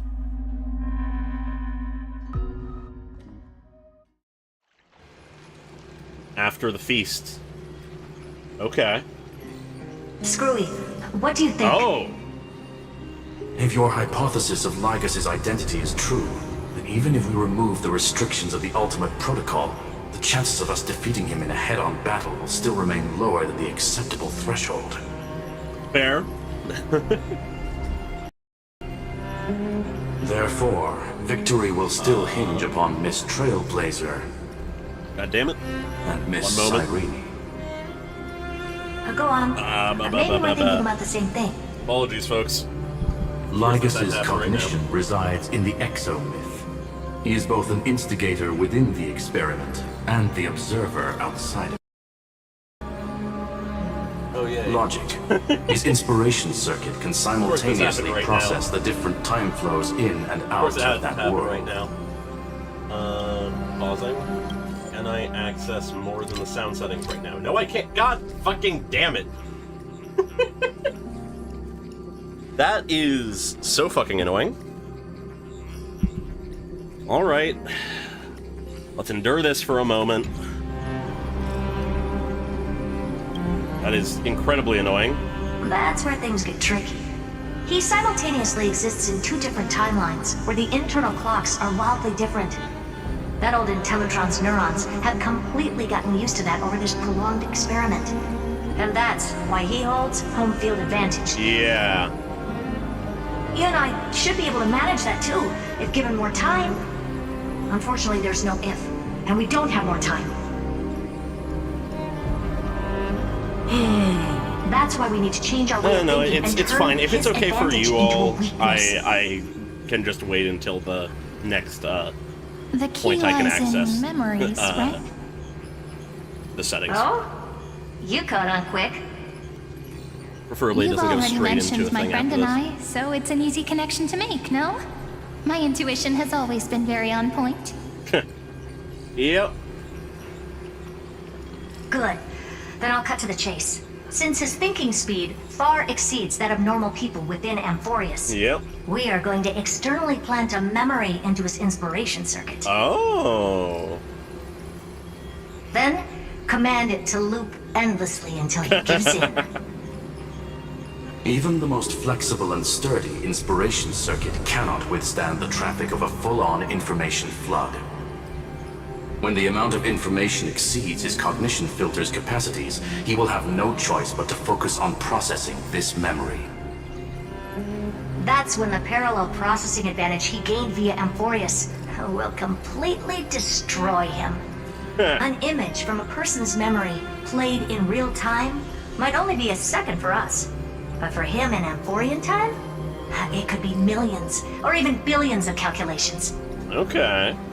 He won't be able to do anything but watch as he's locked into this prison forged by memories. Interesting.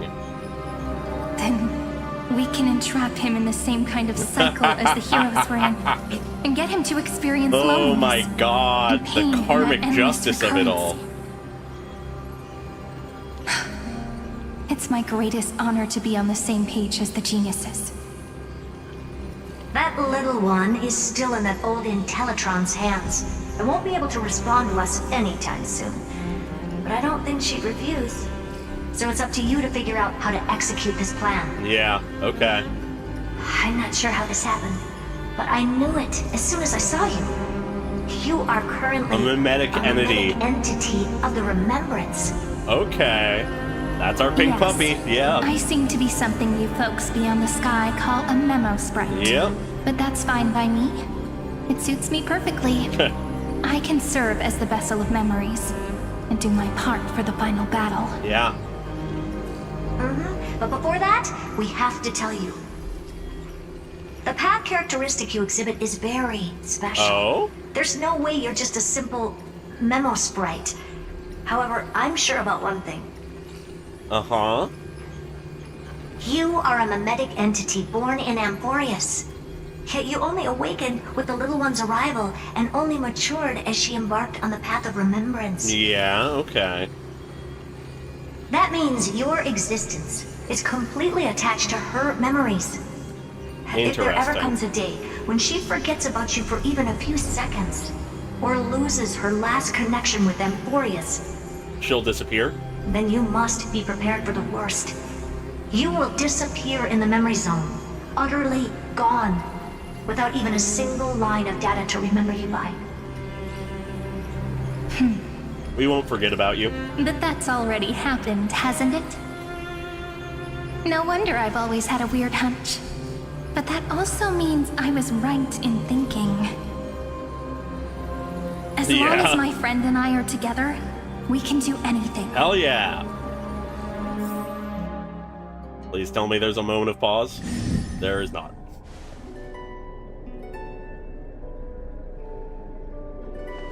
Long time no see, friend. Did you miss me while you were away?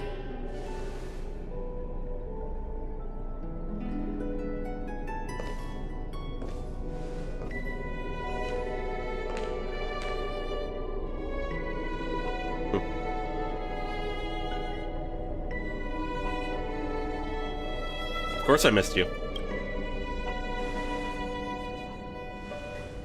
Same here. I've been waiting for you for 1,000 years. Like how everyone in Amphorius was also waiting for the Deliverer's return. Took longer than we hoped, but we're here now. You probably already knew about the genius's plans for that memory. I had to hide really well in a corner in time so Lygus wouldn't find me. And wait for the right opportunity. Okay.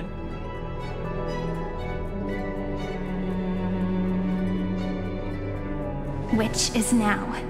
The moment when his manifestation in this world is destroyed, and his twin timelines are intersecting. Alright. I'm sorry for keeping this a secret from you all this time. That's fine. I'll tell you the entire, unedited story of this millennium as an apology after this is all over. Okay. But for now, let's join hands and complete the final step with the power of the remembrance. Alright. Let's defeat Lygus together.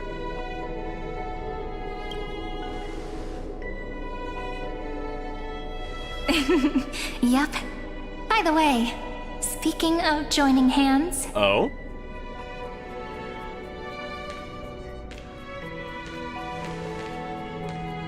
Can I please do something before we go on stage? Cyrene?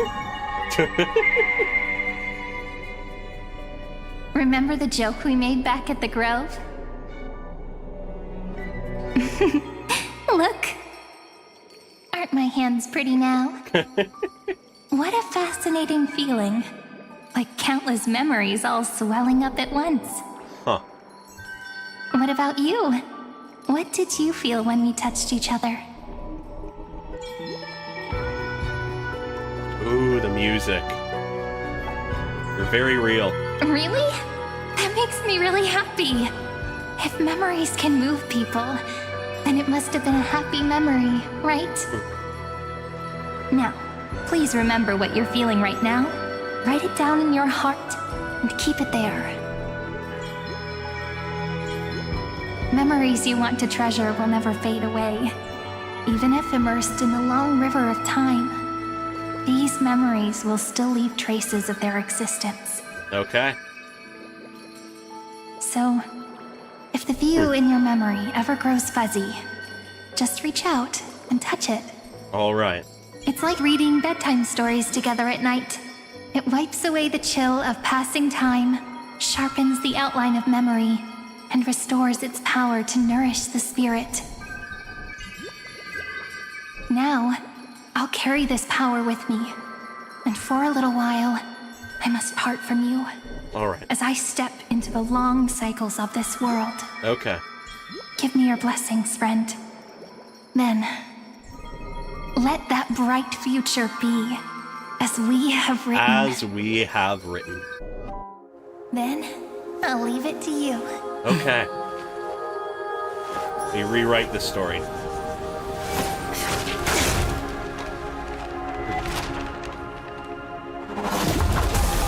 Whoa!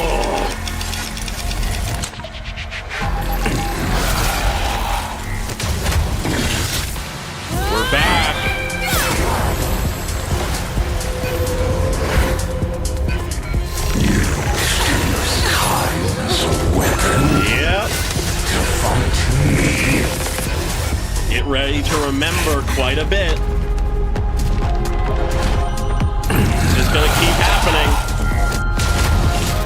That is futile. You may be patient, but you can't last forever. Distance supersedes Amphorius' cycle. No!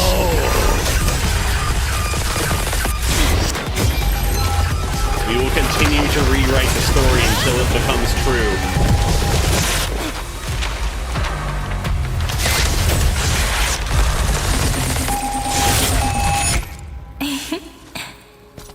We pause.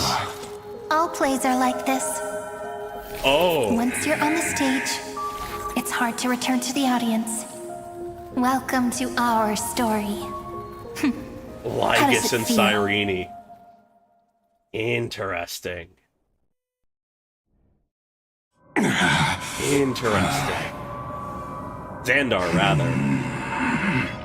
Even the authority of time cannot command the entire scepter.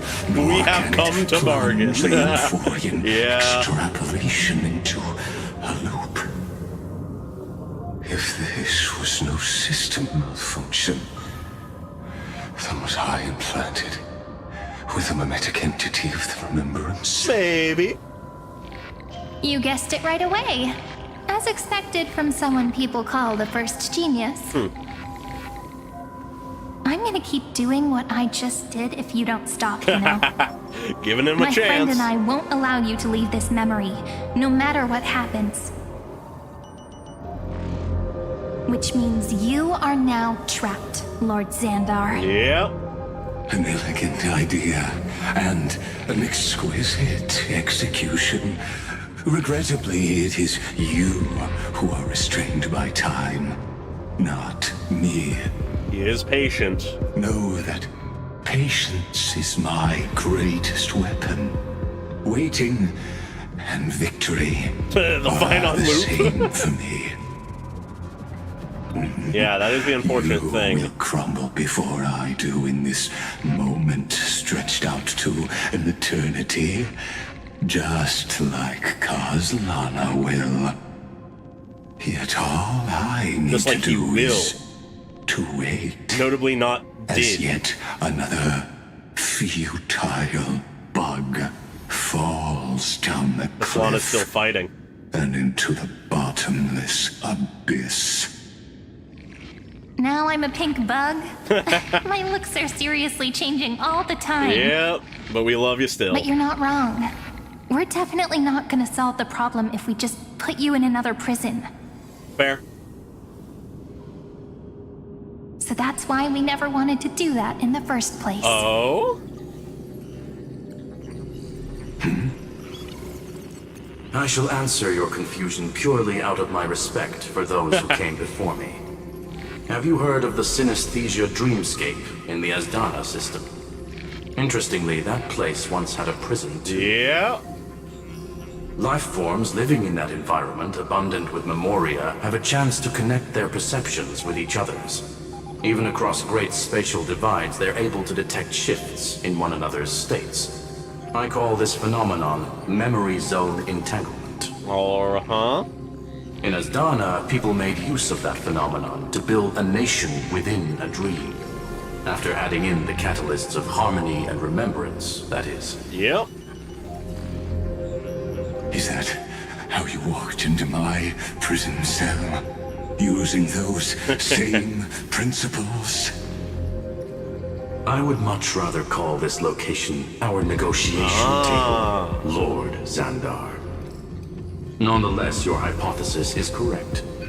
We happen to have an ally skilled in tuning, while the Trailblazer and Miss Cyrene both have an astonishing amount of resolve. Yep, we which do. I'm sure you can testify to. I am also sure that Preservation with the was the support of first such a one we resolute won memo over. sprite, our conversation can last for a long, long time. I'm the best at listening to stories, you know? I'll leave the exciting clash of the erudition to you two geniuses. All right. A brainstorm? I like it. And it's 2 against 1? Well, I like it even more. Of course you do, Herda. Let's talk, Xandar. Take a guess. How much do you reckon we can dig out of your brain before the next second? And how many ways can we find to deal with you? Besides, in your current predicament, there's no way you can take our trump card away. Yep. Go, little one. Go. Overturn the Era Nova. Okay. Like Lygus disappeared? He's at the table. It seems you had conducted a secret hunt in the depths that even I cannot reach. Yep. We don't even fully understand it ourselves, case, but we're following go. it. Swim onward and give this campaign a fitting end. Alright, we will. I shall send you off with my song, Greyfry. May this song penetrate time and become the prelude to the new world. Alright. Oh. Name Mythos, name Logos. Alright, ba da ba ba. We can fix it, we can fix it. Ooh, what is this song? Proper resolution. Ooh.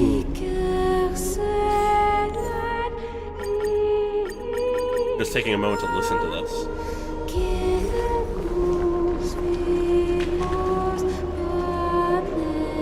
Okay. Alright. Listen to that more in my own time, I guess.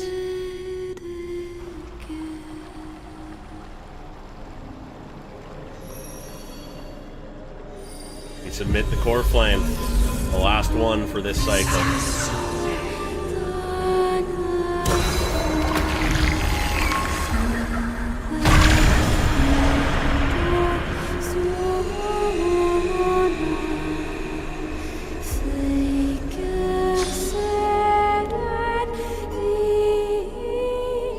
The vibe is immaculate.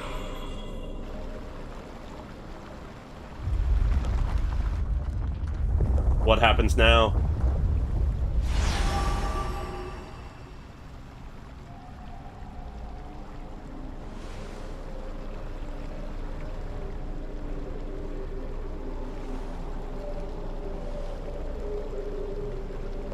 Let's ignite the dawn.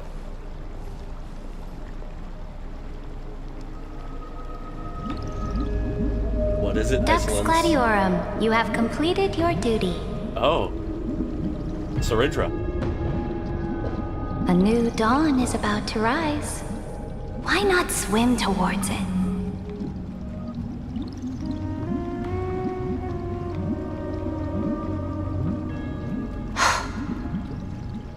You died long ago, Imperator. Depart from my mind. A ghost, a vision of the past. But your duty towards the Imperator did not die with me. That duty will bind you no more. You've done your duty. You will be able to hold for yourself one grandiose feast after another in the endless days to come. Once we're all free, you can feast all you like. So go. Go and swim towards that ocean beyond the sky with the Deliverer. Oh. Is this? A page out of that sidekick's book. I commanded her to gift this page to you when everything finally reaches the end. Really? What's on this page? Memories. Lifelike memories. That sidekick found me after the bloody feast 1,000 years ago and showed me her diary. Really? I saw within that notebook. Oh yeah? What did you see? Before the campaign against Fagusa. Is this... that Deliverer's Oh. experience? It's truly all the way immersive. back in the first loop we were part of. People beyond the sky apparently utilize this power to seal past scenery into crystals they call light cones.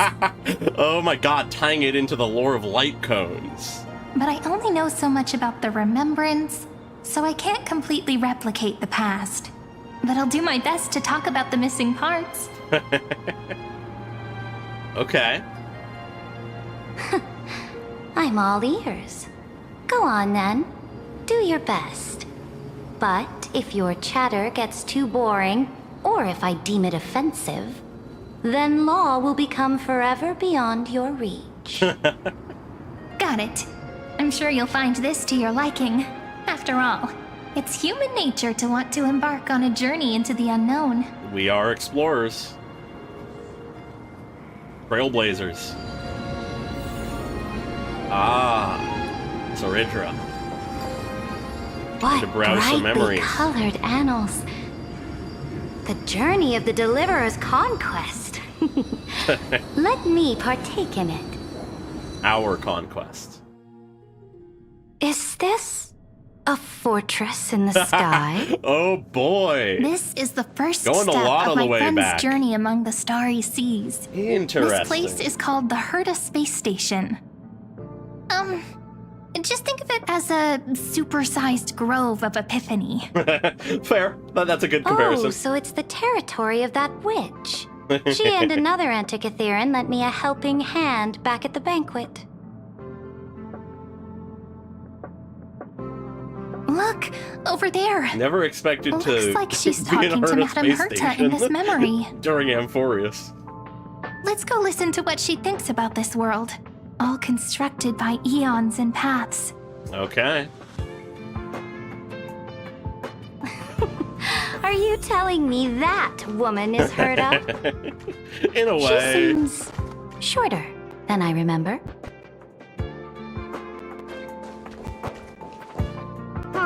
Interesting. Pretty nice space station, huh? But just wait. After a couple more stops on the Astral Express, you'll see sights that'll make this place look ordinary. I'd say so. We've been to The pre-fantastical cosmos places. is so vast that the unknowns far outnumber the knowns. But none of them will end up being anything amazing. The farther True. you go, the more you'll understand what I mean. So do your best with the nameless. Yeah, well, I'd say she has a And little remember bit to of send an room, update and that to the room is the Astral difference that's between her height and Sirene's. She certainly shares my way of thinking. Which actually isn't that much. They're pretty damn close. Only that instead of a conquest through blood and fire, they chose a gentler path. Yeah. People call Madame Herta and Mr. Screwlum geniuses. Apparently, only the smartest people in the cosmos can receive the blessings of Nous, Amphorius' true creator. In a way, yeah. Do you mean that even individuals of such nobility are merely subordinates to a god? Something On the strange contrary, to a god killer. After all, it was the very first of them who created the god. Yep. But I don't really know all the details about that. You might be able to ask Madame Herta herself when you get the chance. Rather convenient to bring that up, Let's go given check what out we some now other know. worlds next, shall we? Showing the worlds beyond, the sea of stars. Huh. Oh, the cosmos is so vast that the unknowns... Okay, same line. Interesting. This next stop on the journey Showing Saridra the has a stars lot she of wished similarities to conquer. Amphorius. Penacony? A snow-covered land? Oh, no. Interesting. Going in order, Belobog. This star is named Eurillo 6. Similar because that of name the sounds so threat of cold. the Antimatter Legion Belobog versus sounds better. the Black Tide. The girl we see here holds a similar station to you, Imperator. She's the supreme guardian of this world. A leader who took up the mantle of government during a disaster. Yeah. In many ways similar to you, though not I did not tyrant. expect the Empress of this world to be so young. Well, your appearance isn't much older. Yeah. The object in the distance resembles Nikador. Is it a weapon? No, it's Oh, called... very much so. Right! The Geological Reconstruction Unit. Just Giorios' Titan Yeah, kit? I'm very curious about that. Disappointing. I'm very curious what the ultimate fate of Amphorius will be. It's all thanks to you that we survived the crisis. The collaboration with the IPC is both an opportunity and a challenge. Nonetheless, it's an important step in our journey back into the universe. True. This world was sealed beneath its sky just like Amphorius was. And Yeah. we only managed to reconnect with the stars when the Nameless arrived.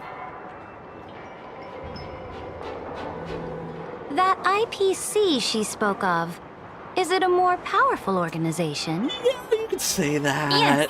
The IPC conquered many worlds through trade and opened up a vast territory that way. Yep. There are many such powerful alliances beyond Amphorius, and they all walk on roads different from the destruction. Many roads to Coming be back walked, to the many Supreme paths Guardian to be and her taken. Belobog, didn't they find a peaceful way to enter the interstellar community?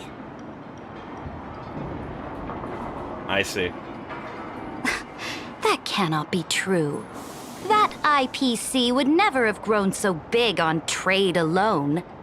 It may pretend to be a wealthy merchant with clean hands, but I am willing to bet that it grew fat on gory oppression and bloodshed. Yeah, well... Its path of conquest must have had no capitalism, mercy you for know. the weak, and would have destroyed them if needed.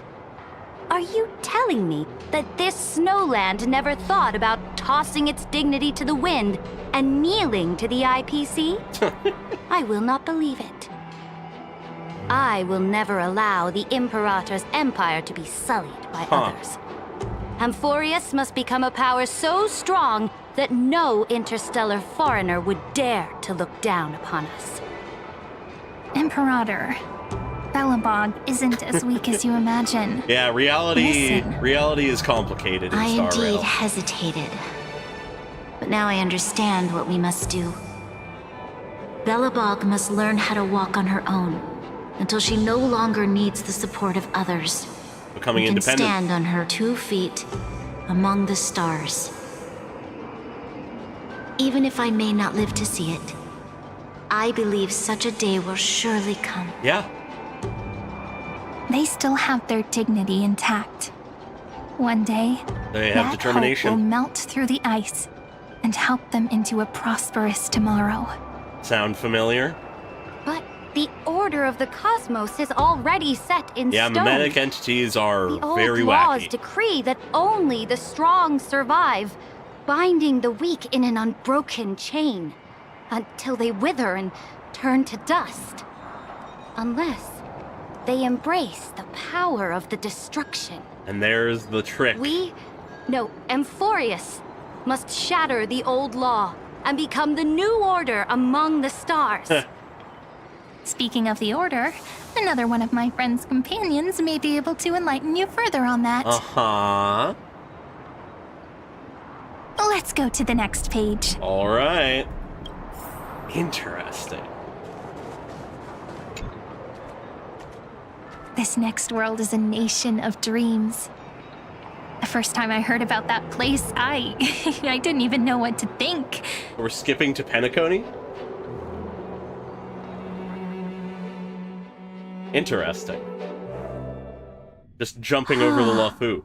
Such opulence does indeed evoke astonishment. This world is called Penacony, an eternal city built upon a land of dreams. Yep. It's also my friend's previous stop, where they went through a risky but exciting adventure. Yeah, you could say that. Tell me about it then. That man standing afar has wings on his head. I am truly curious. As am I. I wish to gaze upon the views of the Reverie Hotel one more time.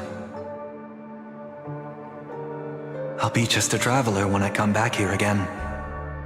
And perhaps through a traveler's eyes. Even the things I once knew so well will feel strangely different. I think you're actually, like, dead on her representing the law of the scepter. More so than just her holding the power to change the law, she represents the ways of the scepter. That actually is a very good way of putting it. Huh. Conquering destruction. That is how you... That is how you conquer. It's through destruction. That is the way she understands things. Huh. Yeah. Penacony is a land of the harmony, where all dreams and hopes merge and combine. It believes in unrestrained freedom. Yep. And that's how it lost itself in shallow delights. Then, this young man before you chose to rewrite its laws, using the power of the Order, hoping to shape a dream-bound paradise of perfect happiness. To achieve a more perfect world. Yet, the paradise of my dreams remains far away. Perhaps a brief journey with the Nameless can show me more possibilities in my search for paradise. You do not have a whole picture of what perfection As for what looks Penacony should look like, it'll be up to her. No. Up to their trailblazing now. Oh, it sounds like this ideal kingdom is no more. It still exists. That's right. The people chose to wake up at the end. It is different. You can't see tomorrow when drowning in sweet dreams. Yeah. This individual's law acknowledged only gods and constructs, leaving no space for humanity. True. And yet, the fact that he could accept defeat and resume his journey shows a rare self-awareness and clarity of mind. It took a lot to get there. You are also very self-aware, Imperator. Yes. Shockingly so for a tyrant. You must know that the world promised by the destruction also has no place for humanity. Yeah. Yeah. I am indeed very aware of Lycurgus's honeyed words of deceit. I have seen enough. Take me back.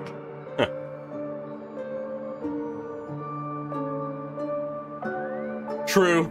Yeah. No, this is adding a interesting layer. Then let's wrap up this trip down memory lane with one pretty last much all scene. of our past adventuring other than on the Wafu. This absolute wonder. That's your world. Isn't it pretty? That's our Emporius. Our world flows and meanders in this endless band of light. Though we were born from the designs of the gods and are not yet truly alive, the Chrysos heirs of Emporius still chose to stand against Not fate yet truly and carved a alive. legend no different from that of humankind. Will you really renounce the heroes in this world's previous 30 million cycles, Imperator? Including even yourself. Yeah.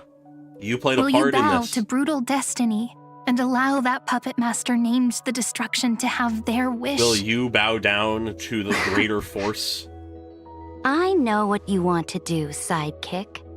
You want to use that deliverer's memories to influence me and tilt the scales of law toward her and the two geniuses. Guilty as charged. You really saw right through me, Imperator. You did a pretty good job, all things How considered. can one rule an empire if one is incapable of understanding people's minds? Fair. I have decided on Law's final destination. Okay. However, before I move my next chess piece, before we go on, tell me this, sidekick. Throughout her trailblaze, was there ever a memory of the ocean? Oh. The ocean. My cradle. She asks something not for herself, My but for her home. champion. You shall complete your conquest in the ocean at the boundaries of this world, and eternally slumber in the sound of tides. Huh. You shall eternally slumber in the sound of tides, and complete your conquest in the ocean at the boundaries of this world. Huh. Our prophecies aligned as flawlessly as a sea snake circling upon itself. Yeah. An elegant loop, like a joyful hymn. One flows to the other. Like the circulating ocean current. Like our two fates. Like Amphorius itself. It's all a flowing cycle.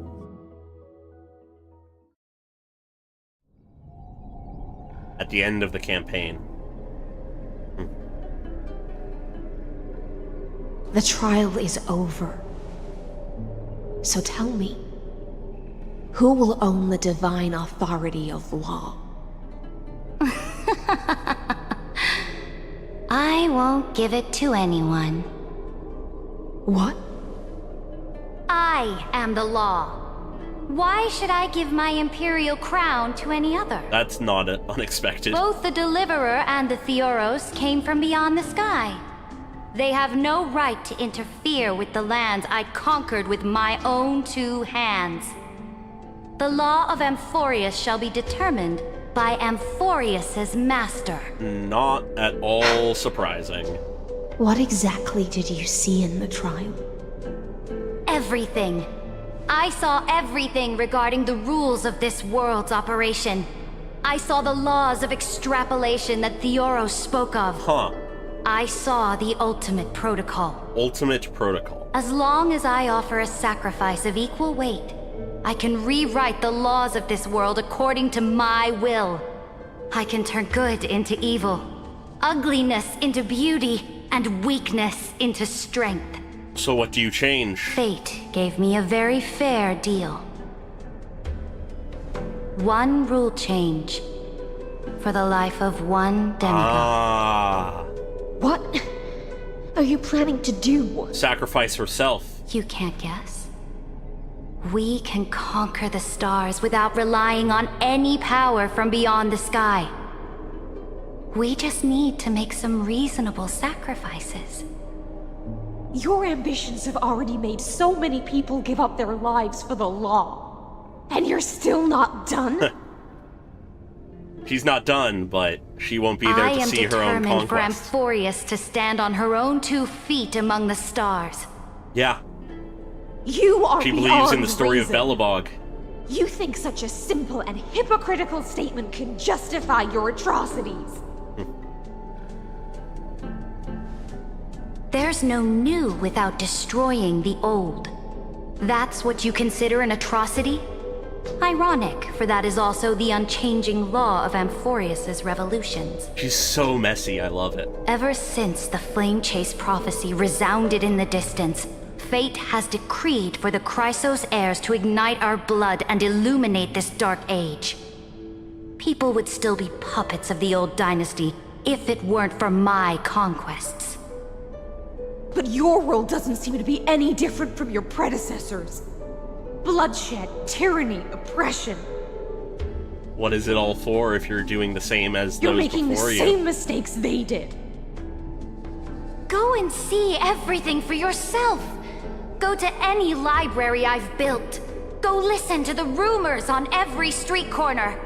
Go and witness how the Imperator crushed the old laws and forged new ones. Go and see what my conquests brought to this world. My conquests were justified. I cleansed the Chrysos War's filth and mended all the conflicts Unlike all the left other by the conquests. Arabellica. I restored Akima's might and allowed mortals and Chrysos heirs to face each other as equals in the council. I punished all sins and rewarded all achievements. I smashed Talantin's shackles, united humankind to save themselves, and started the Flame Chase era. That's what the Imperator has done in her glorious life. So now, hearken to my final words. History will eventually forget Saridra. But it will never forget the Imperator's people or the Flame Chase era she began. They are what we came to know Final long before words. her.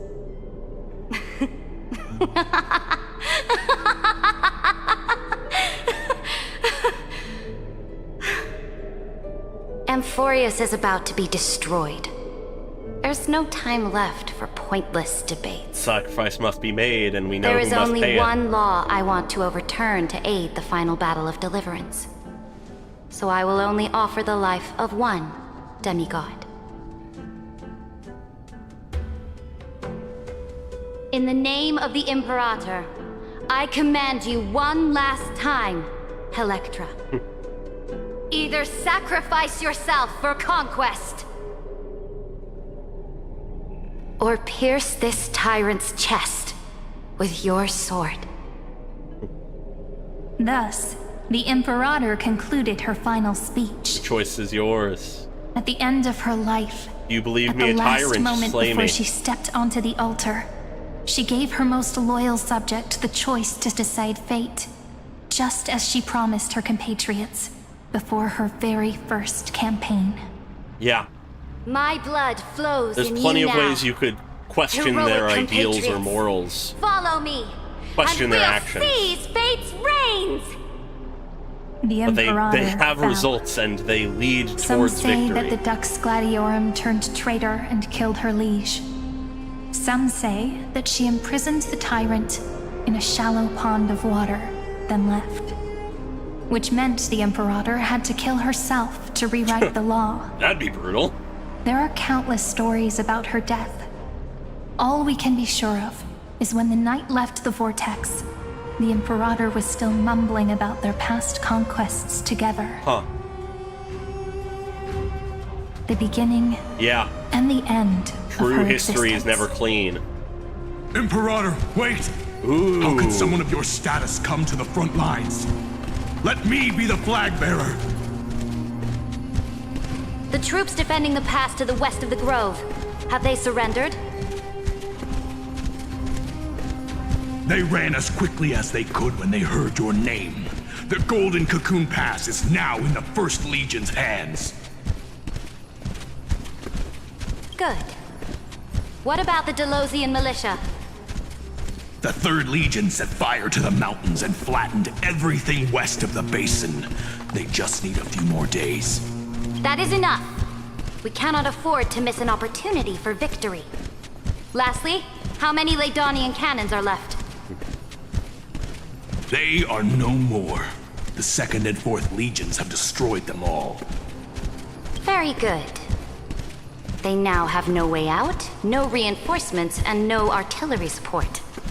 We will be able to liberate the Grove of Epiphany in the blink of an eye. Liberate. We will launch the final charge Conquer. 1 quint after the curtain fall hour tomorrow. Remember, as long as the Alliance's flag still flies on my shoulders, you must keep moving forward. Huh. Take no prisoners among the enemy's soldiers. All sages who resist are to be captured and tried according to martial law. And do not destroy any books. Interesting. Now go! Notify Preserve the entire knowledge, army. kill the soldiers. Understood. Those who are resolved to die, we salute you. Reporting in. The mountain dwellers are resisting fiercely, and the legendary Mountain Breaker has personally engaged in battle. Their formations are nigh impenetrable.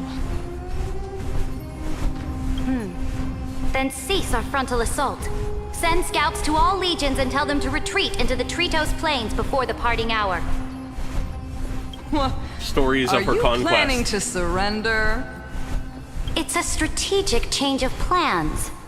The seismic walking dragon is enough for that battlefield. Walking dragon? You mean that stupid beast, Terravox? What can they even do? Stupid? No. They are the wisest of all of Giorio's creations. Only they can perceive the currents of time. Let them deal with their earthly brethren. We will advance and take the lead in defeating what remains of our enemy. An earthly dragon. I who will understands deliver the the most currents of fiery time. retribution for the humiliation they dealt us, and crown myself with a god-slaying wreath. Understood. I'll see to it. Those who are resolved to die, we salute you. That line. The Temple of the Three Fates sent a letter, Imperator. They refused to surrender and said this letter is their last warning to us. Tell the commanding officers not to launch any attacks unless they receive the Imperator's handwritten approval. Disobedience will be punished by death. Harsh. What are you doing? The priests of the Three Fates aren't soldiers, but politicians. Do not mistakenly believe they don't have a plan. God. These dying pests will wring out every idea from their brains, all for short-sighted gain. Fair. They are much shrewder than we are. I am inferior to them in that regard. Wow. They also have the prophecy to wield as a weapon. By her self-awareness. Something I am not blessed with. Launching an unplanned attack will only disadvantage us, as all of Emphorius will judge our actions. Interesting. Which means I will be heading to the battlefield myself, just as I have always done. This time, however, I will go alone. I will conduct secret negotiations to ensure fate is on our side. Understood. The legions will make their preparations. Those who are resolved to die, we salute you. Those resolved to die, we salute you. Why are we not allowed to march out with the army, Imperator? This will be a long voyage with no return. Those of you who bear the prophecy cannot come with me. Why are you personally leading this battle if it's doomed to fail? The Flame Chase journey cannot be without a leader. Is this the handing off of That is leadership? correct. The Empire will be without a head when the Imperator falls. But remember, as long as you seize the right opportunities, even a chaotic game will remain winnable. Yeah. My departure will create a long staircase for you. You will understand what I mean when news of my death reaches your ears. She knew that was the outcome and went regardless. Saridra, is our journey about to be over? No. Destroy the old laws and forge new ones. My conquest has reached its limits within the borders of Amphorius. True. Since the prophecy already decreed that the Imperator would never conquer the stars as she wished, I will bow out here and try no more. Wow. More Chrysosairs bearing divine authority will be born, and many more heroes will arise. True. We know it to be a fact. Will they demand peace or war? Will they resist tyranny or become the next Imperator? Oh, I do that's not such care. a good callback of visual. The children of the future will decide That for is so themselves. Do not mourn for me. Anyone can kill the Imperator. But the only one who can truly destroy her is Saridra. Yeah. At the end, I faithfully kill a tyrant recorded is the easy, most to destroy important one battles in is the Imperator's hard. life. Her conquest was about to be completed at this point in the story.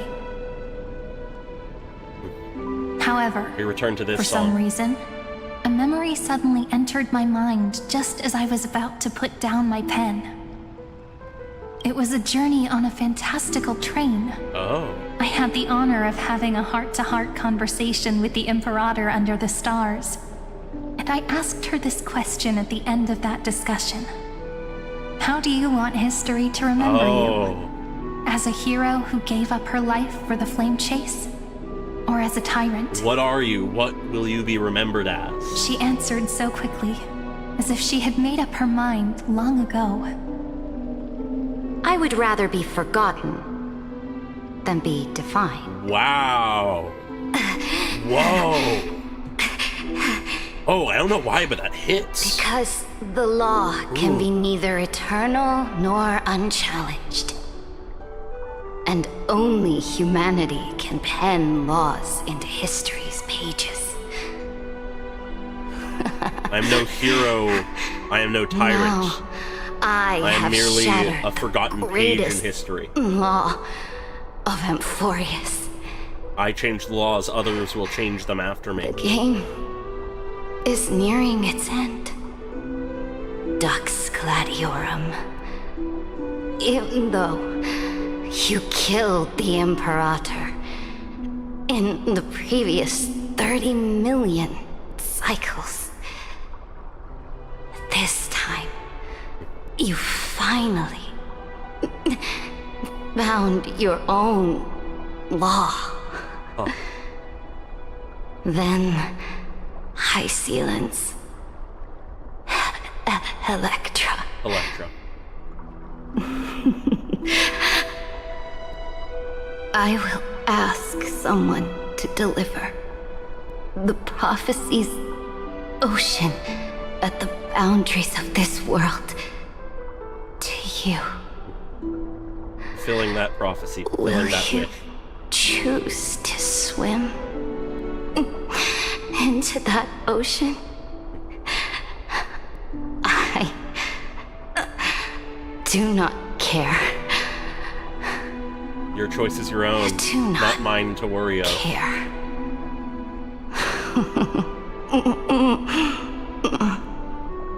The Imperator muttered about her conquests, and news of her death spread in the city. Wow. Freedom! Liberty! The tyrant is dead! Go! Shout this news in the streets! In her era after her death, People, viewed as a my tyrant, fellow elders, do not panic. Stand your ground.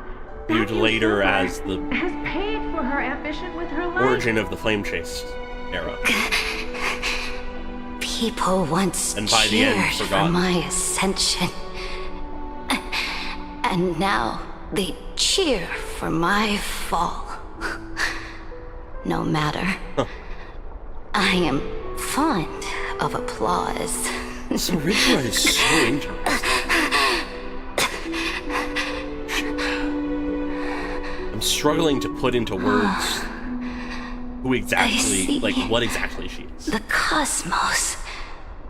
The battlefield that I cannot reach. The unconquered ocean of I this. will return in the next cycle. The stars will hear my legion's war drums. Hear the great name of the Imperator. Hear Amphorius. And Forius' song will echo out into the universe. Even if the name is forgotten. To this Even day, if the deeds are forgotten. we do not know which rule the Imperator overwrote at the cost of her life. But it will be heard. Perhaps the truth will only be revealed at the moment of checkmate, just like every chess game she ever played. Nice. We only know her death inflamed Akama. On one side of the city, those who defended liberty toppled her statues to the ground. On the other side, her supporters put themselves between the masses and her monuments, declaring loudly that the Sovereign is still among the people. It is said that golden blood congealed into the same letters everywhere they fought. It was the name borne by Akama's first and final sovereign, the Imperator Saritra. But the one who bore that name did not see any of this. Her gaze was cast far away, and the sound of tides in her ears drowned out the no, you're people's totally cries. right. That is a What was very the apt Imperator thinking comparison. about in that prophesized ocean at the boundaries of this world? In that shallow puddle of stagnant water? Was she reminiscing about her past conquests? Or repenting for the millions killed for the flame chase? It was neither. The Imperator only saw how the surface of the water gleamed like that crude chessboard, dissected by light and shadow in the afternoon when her teacher played against her for the first time. Look at this chessboard. A memory of youth. What do the pieces look like? A memory of learning. They are strangely beautiful. They look like the stars in the night sky ablaze. Really? Really? Huh.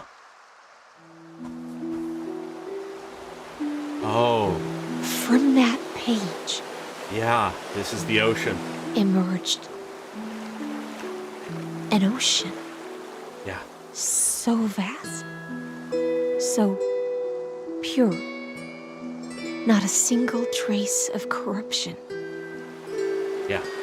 Is this Ceredra? Electra, my subject. Ever since you walked out of the tainted ocean and pledged yourself to me, she is a hero in the Greek I have form seen the entirely. abyss in your eyes and the emptiness in your heart. The abyss in your That eyes was why and the I emptiness promised in your you heart. a new ocean, where the Imperator's ambitions would serve as the currents, and loyalty would be its light. Yeah. Electra, my subject. You have A done hero your of duty ambition, as my blade. not of good. The prophecy has now made its final decree on the road I intend to walk. My conquest is doomed to never reach the stars. Yeah. But the Imperator never makes empty promises. So take this memory, this ocean, This pure beyond ocean. the sky, as witnessed by the Deliverer.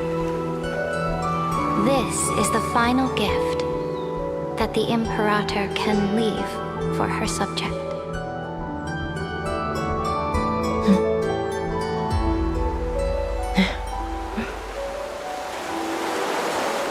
When I was still a fish in the ocean, I always felt so genuine swimming through the waters. Uh-huh. But once I stepped onto land, I found myself caught in a play. Oh. Every land dweller wore a mask in their life. So I, too, donned a costume and tried to find my role in this show. Began putting on a I performance. became your blade in war and the violin strings at banquets. Do you still not get it?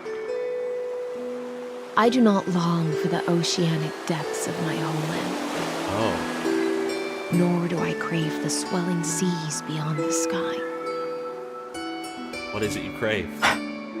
What is it you need? Perhaps even I don't know what I want. Oh. I still don't know where I should swim to even at the end. Still aimless? But I know one thing right now. Yeah? A fish is simply a fish. And she can never leave the ocean she's in. An acceptance of... But whether under the ocean or on land, we two prisoners who can never escape this adopting cave that metaphor.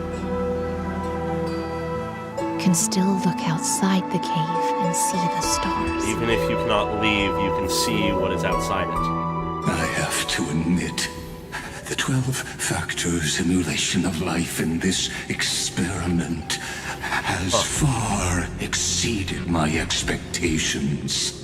Even if we never escape the cave. Make your choice then, senior society member. Huh. Do you want to keep walking down the wrong path and be remembered for your incorrect conclusions? This idea of being remembered for things. Huh. Or do you want to return to the audience's seat and give yourself, Amphorius, and the entire cosmos a more fitting end? I must refuse. A dead man never fears death. That's a line! Did I not make myself clear? Have you forgotten about our dear Lord of Silence? You wouldn't want her to consider your 8 other clones as cancers within the erudition and chop them all up, would you? Oh, that would totally be a thing that happens if it came to her attention. Pure logical deductions are vastly different from mine. Therefore, allow me to provide one more academic recommendation. Okay. Listen, my peers. Ooh, the way he says Why peers. don't you look beyond this world? Just as the Chrysos heirs did. Re-evaluate your calculations and take into account all enemies in the upcoming war among the eons. The War of Gods. Amphorius is not a place where 3 paths entangle, but where 3 paths fight to to the death. Oh. You used Destruction Born of Erudition, trapped by remembrance. Not consider the possibility that the remembrance and their children might have taken this opportunity to join the fray as well.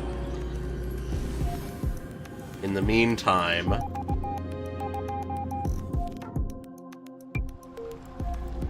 Hello, Evernight! Oh. So this isn't just silence.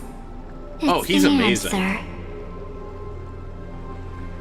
What was the last thing she said to you before you parted the waters at the Scale Gorge waterscape? A tricky question, but one with a simple answer. Uh-huh. She didn't say anything back then, right? Ah. Don Hung! That's correct. And now Don I'm Hung. sure. You Yeah. are not March 7th. There's no way she would remember that detail. You're not March 7th. You have a good memory. I'll only warn you once. Oh. Leave her body. Something inhabiting March. How impulsive. That's not like you at all. Why don't you calm down and think about another possibility? I didn't take over March 7th's body. Reclaim control? Rather, it's March 7th who regained my memories. Uh-huh, what she was before. That's where they leave it. What? What? Okay, cool. Okay. Alright. Okay. Huh. My This childhood is musings, huh? an incredibly interesting version.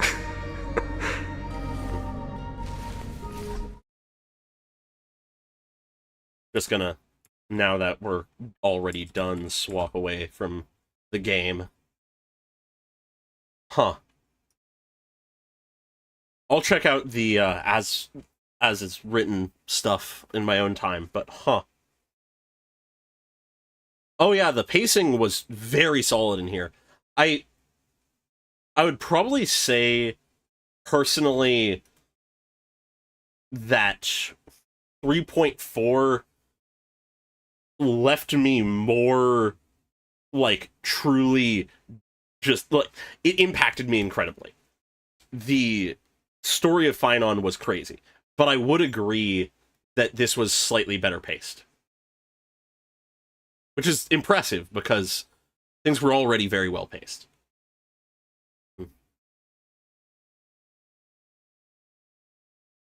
Yeah, I was sort of waiting for Don Hung's appearance and him to just be on a rock somewhere. Huh. Yeah, the animation did so much to just heighten 3.4, I think. If there was an animation somehow tied to this version, I think it would just universally be incredibly solid. Like, not perfect, because that's impossible, but, you know. What I'd say... Yeah, I think you're right, Siege. I can feel the build-up. What I would say is 3.4 was the midpoint finale of the story. It was the turning of a page. It was the end of the cycle we began. It was the conclusion to that chapter of the story.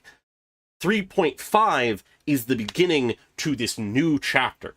It is the beginning of the second half of the story. So it is once again build-up more than anything. It is defining the players, defining the pieces, defining the stakes, defining everything about what is going on. We meet Evernight. We learn that she is who March once was, it would seem. Whatever that means. We we have Lygus coming into full view as the true antagonist, revealing himself. We learn that he is Xandar, or at least a piece of Xandar. We learn more of why he is doing what he's doing, why he wants to create Iron Tomb. The stakes are raised. It works incredibly well.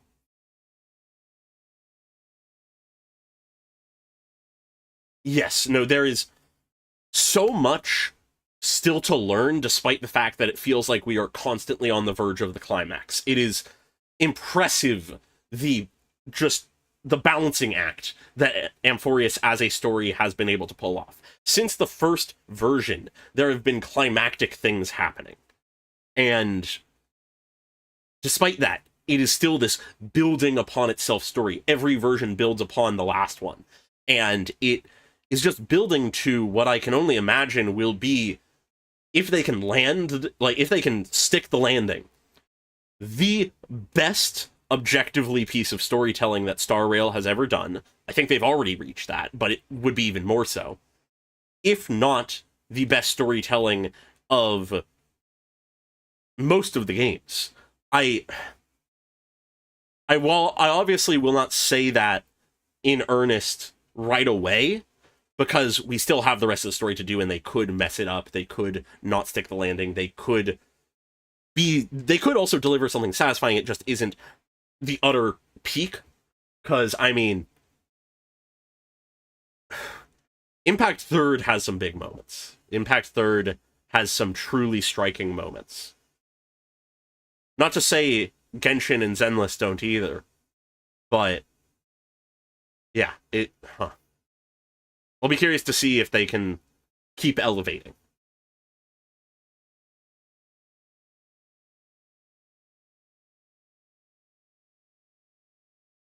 Yeah, I feel like that is the important thing, Siege, is every time they explain what we needed to know for the story as we understood it, they introduce a new element. We originally started with just the Flame Chase journey, and with suspicions of other things, and then it evolves into Lygus being a threat, and us not being entirely sure why, and then we figure out that he is trying to usher in the creation of Iron Tomb, and then it becomes a threat, a battle against him, and now, in an attempt to defeat him, we create an opening for the Remembrance to come in and be that curveball. It keeps building.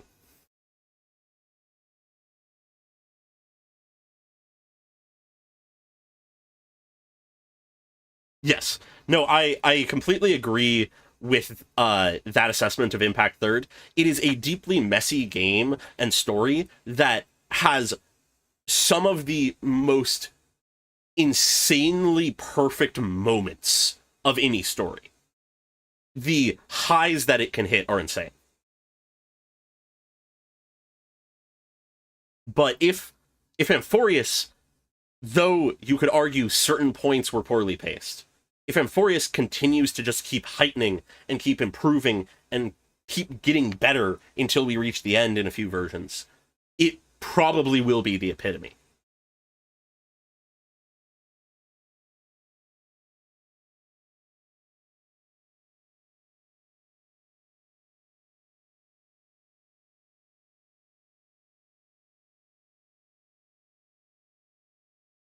Yeah, no, I can understand the opinion that the early Amphorius story is not nearly as good. Its pacing is bad. It's slow, whatever. Personally, I knew immediately that it was just the setup. It was just the preparation for a bigger story. I was going into Amphorius with the belief and understanding it is an 8-part story. It is going to take a while. They need to set things up. In fact, in some ways, initially, I was surprised how much was happening, because I did not understand that the Flame Chase journey was merely the first third of the story, if that. So I personally was always fully locked into the story, expecting it to be a big story that needs time to set itself up, so I was in no way concerned with the pacing of the early stuff, except for like a few moments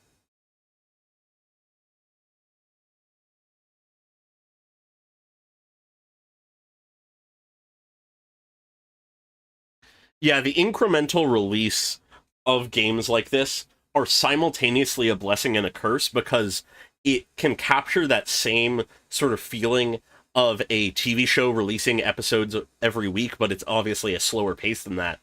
It can capture that sort of build-up of anticipation, but at the same time, in the setup phase, it can become very difficult to keep people locked into it, which I think is very fair.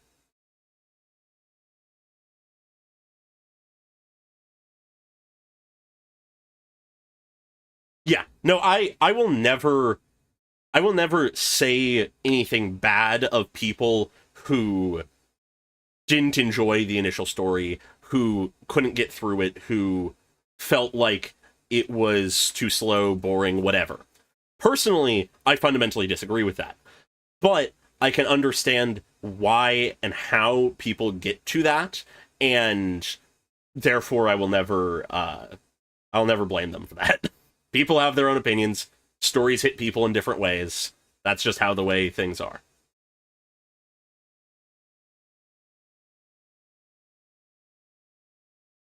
Anaxa's missing? Oh my god! Our little genius is going rogue. He's doing some shit. Of course it would be Anaxa. God, okay, but yeah. Yeah, no, God, yeah, no, this version is really strong, though. Huh.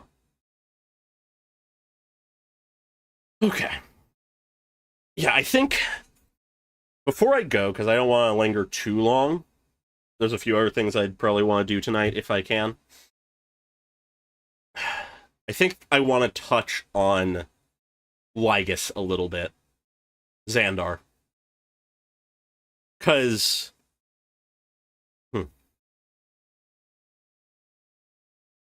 Yes, no, that is very fair.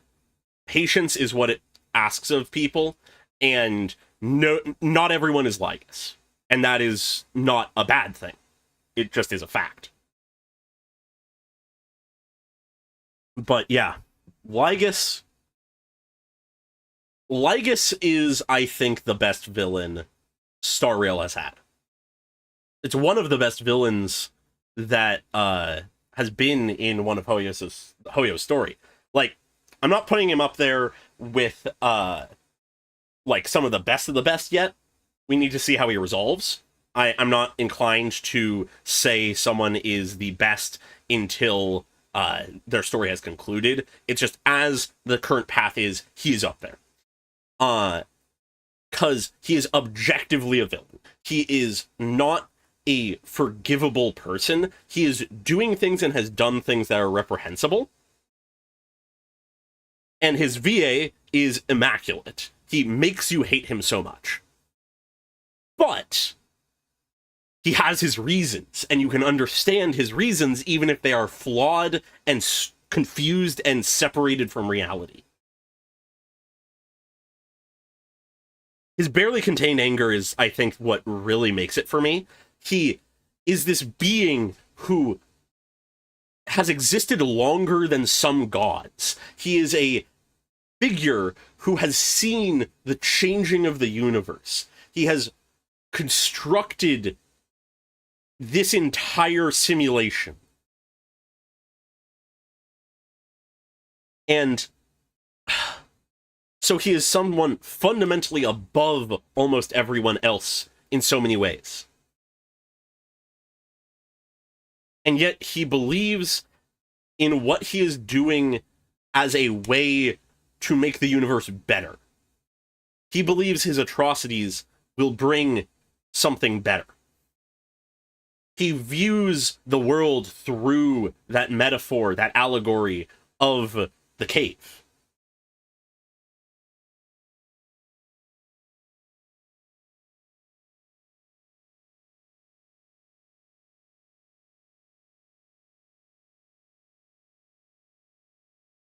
Yes, I think you hit the nail on the head there.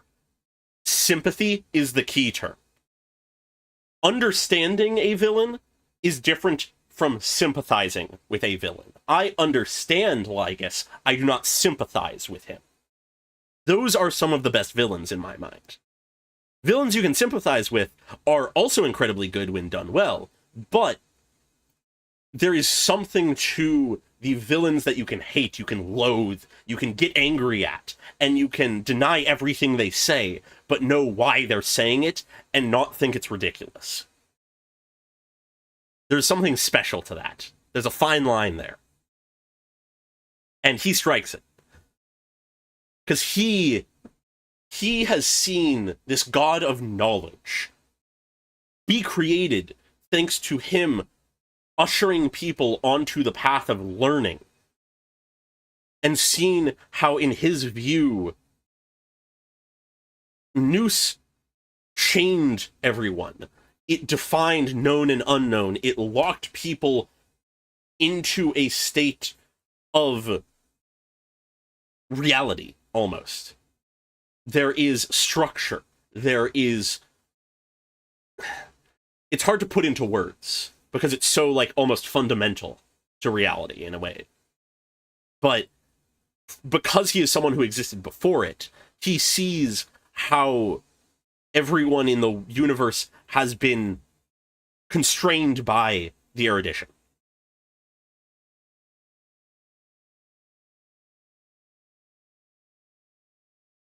Yeah, it's not black and white. It is far from black and white.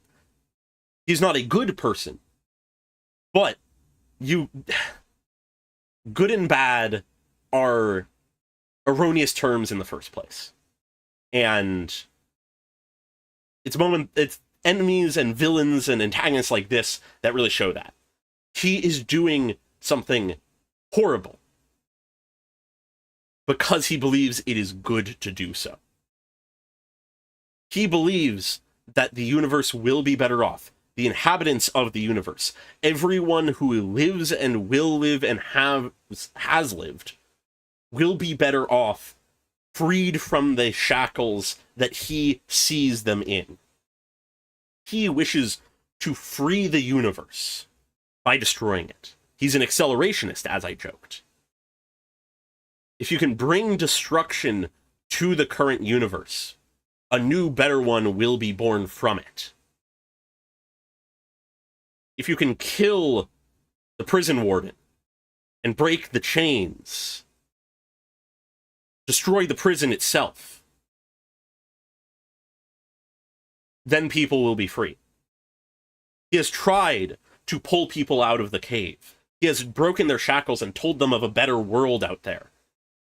But in his view, they refuse to listen. He, in their view, is a madman.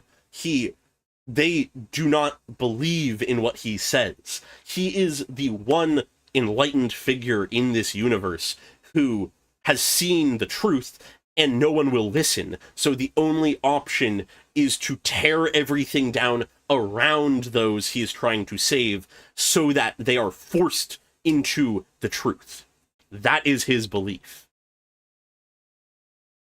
And if that is the truth he believes in, then he is the hero of his story. If everyone is trapped in a horrible lie, and he knows the truth, destroying that lie is correct. Let's flip the perspective a little bit. What did we do in Penacony when the Order's dream was created? A beautiful dream. A lie. A lie was created that no one wanted to leave. Yet we forced them to. We forced them to perceive reality. We forced them to perceive how things are, not how things could be if they were better. We pulled them out of that. And we were the heroes of that tale. We broke a lie and showed people the truth. What's the difference between us and Lygus? He believes that we are trapped in a lie and he needs to break that lie. It works really well.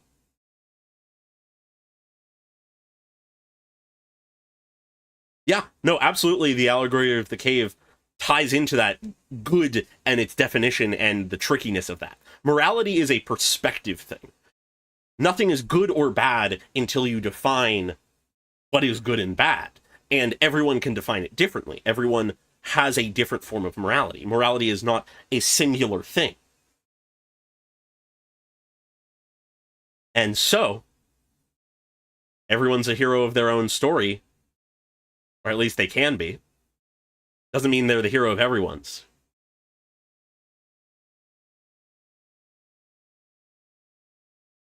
Yeah, no, Penacony, there's a lot of things I liked from Penacony. You can see how much some of it resonated with me in my initial videos for some of the story. But Amphorius is far better, far more clear, concise, funnily enough, in a way.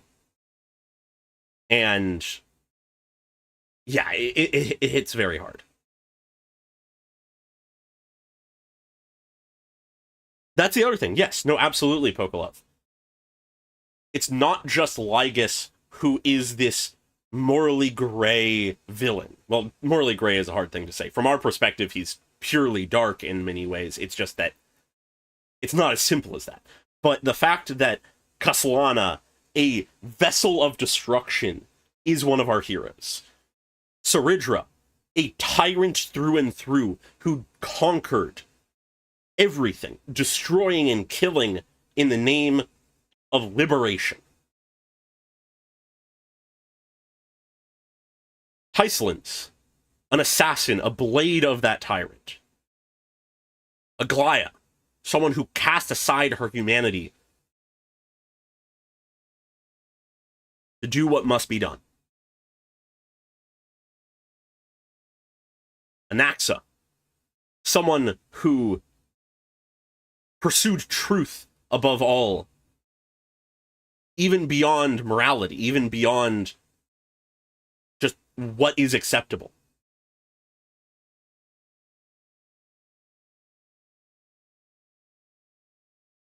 So many of our heroes in this story are villains in their own right, or could be in a different version of the story.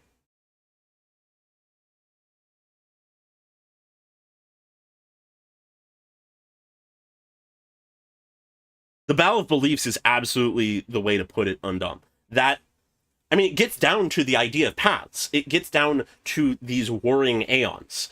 What is a path? It is a belief system. What is a belief system? A collection of ideals.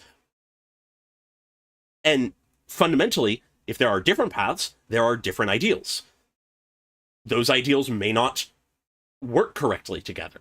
So what happens when they collide? That's where the magic happens.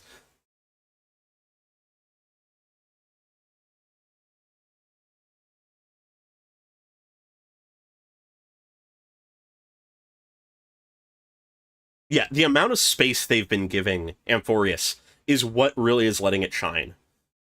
It could not have worked in 3 patches, even 4. It needs this time.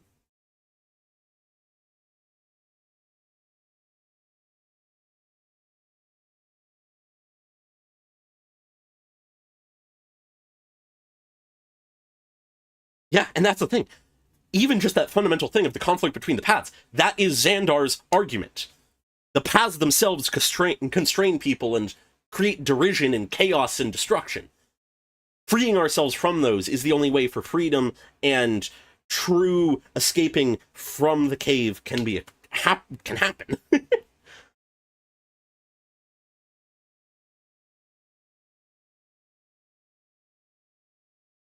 The more I talk about it, the more I am happy with what Amphorius is doing as a story. And I'm incredibly eager to see what else it does, how much it elevates this more. Because thematically, this is the best, as I've been saying, that Star Rail has ever done, and is probably better than anything in this style of storytelling that Hoyo has ever done. Or at least could be, if it finishes right.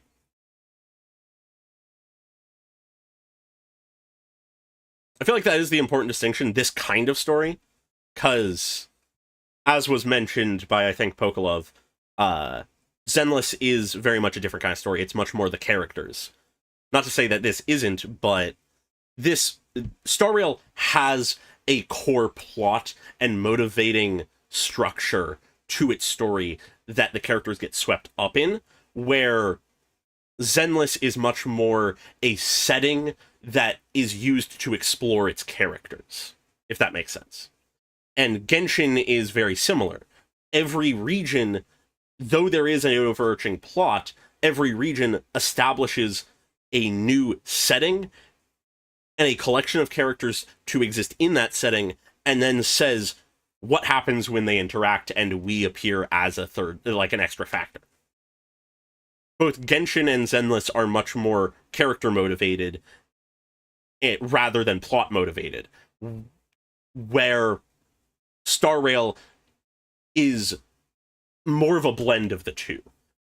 And it just so happens that the characters become so impressive when they are tied into the collective themes and functions of the story. It's interesting.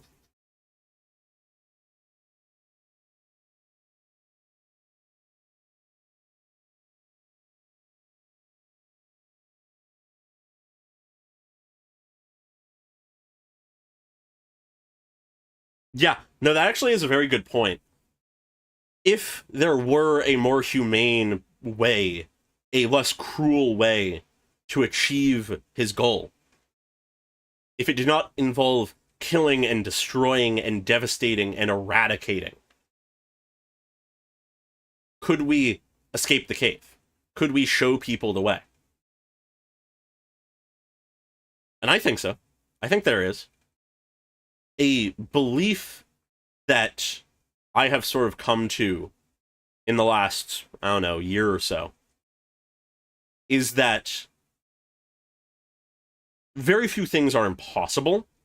It's just that most things are so incredibly difficult that no one would even consider doing them, because of how difficult they are, how close to impossible they are.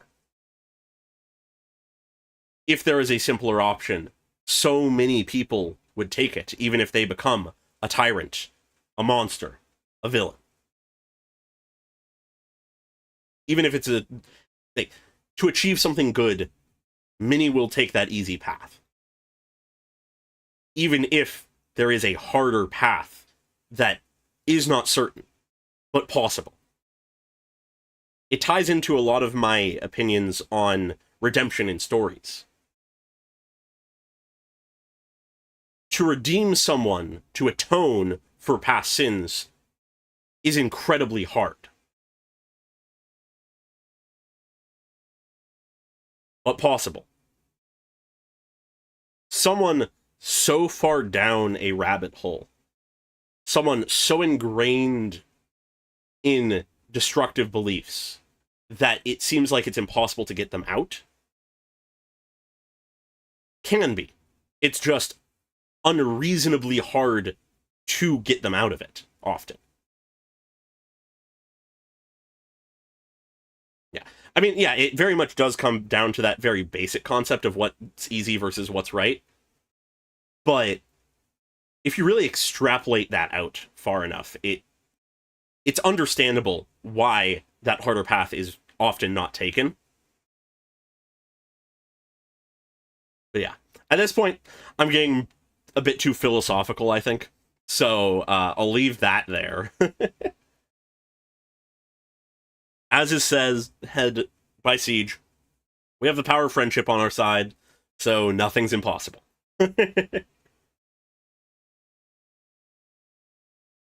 But yeah, in case you couldn't tell, I am incredibly happy with how the story of Amphorius is going, and I'm eager to find out more. I'm eager to find out what's going on with Evernight, what the fuck's going on with Don Hong, and where the Remembrance getting into this will lead things, and what the end of Lygus' story will be. But yeah, with that, hope you all enjoyed the stream. I know I did. Next week, Tuesday, should be Pokemon Heart Gold Nuzlocke, in all likelihood. Week after that might actually be that again, if I'm understanding, like, timeline correctly, and Zenless is going to be a week late. So, you know, look forward to that. We have a bit of dry patch on video stuff. I'm going to try to catch up on my anime stuff in the meantime. But yeah. Bye-bye.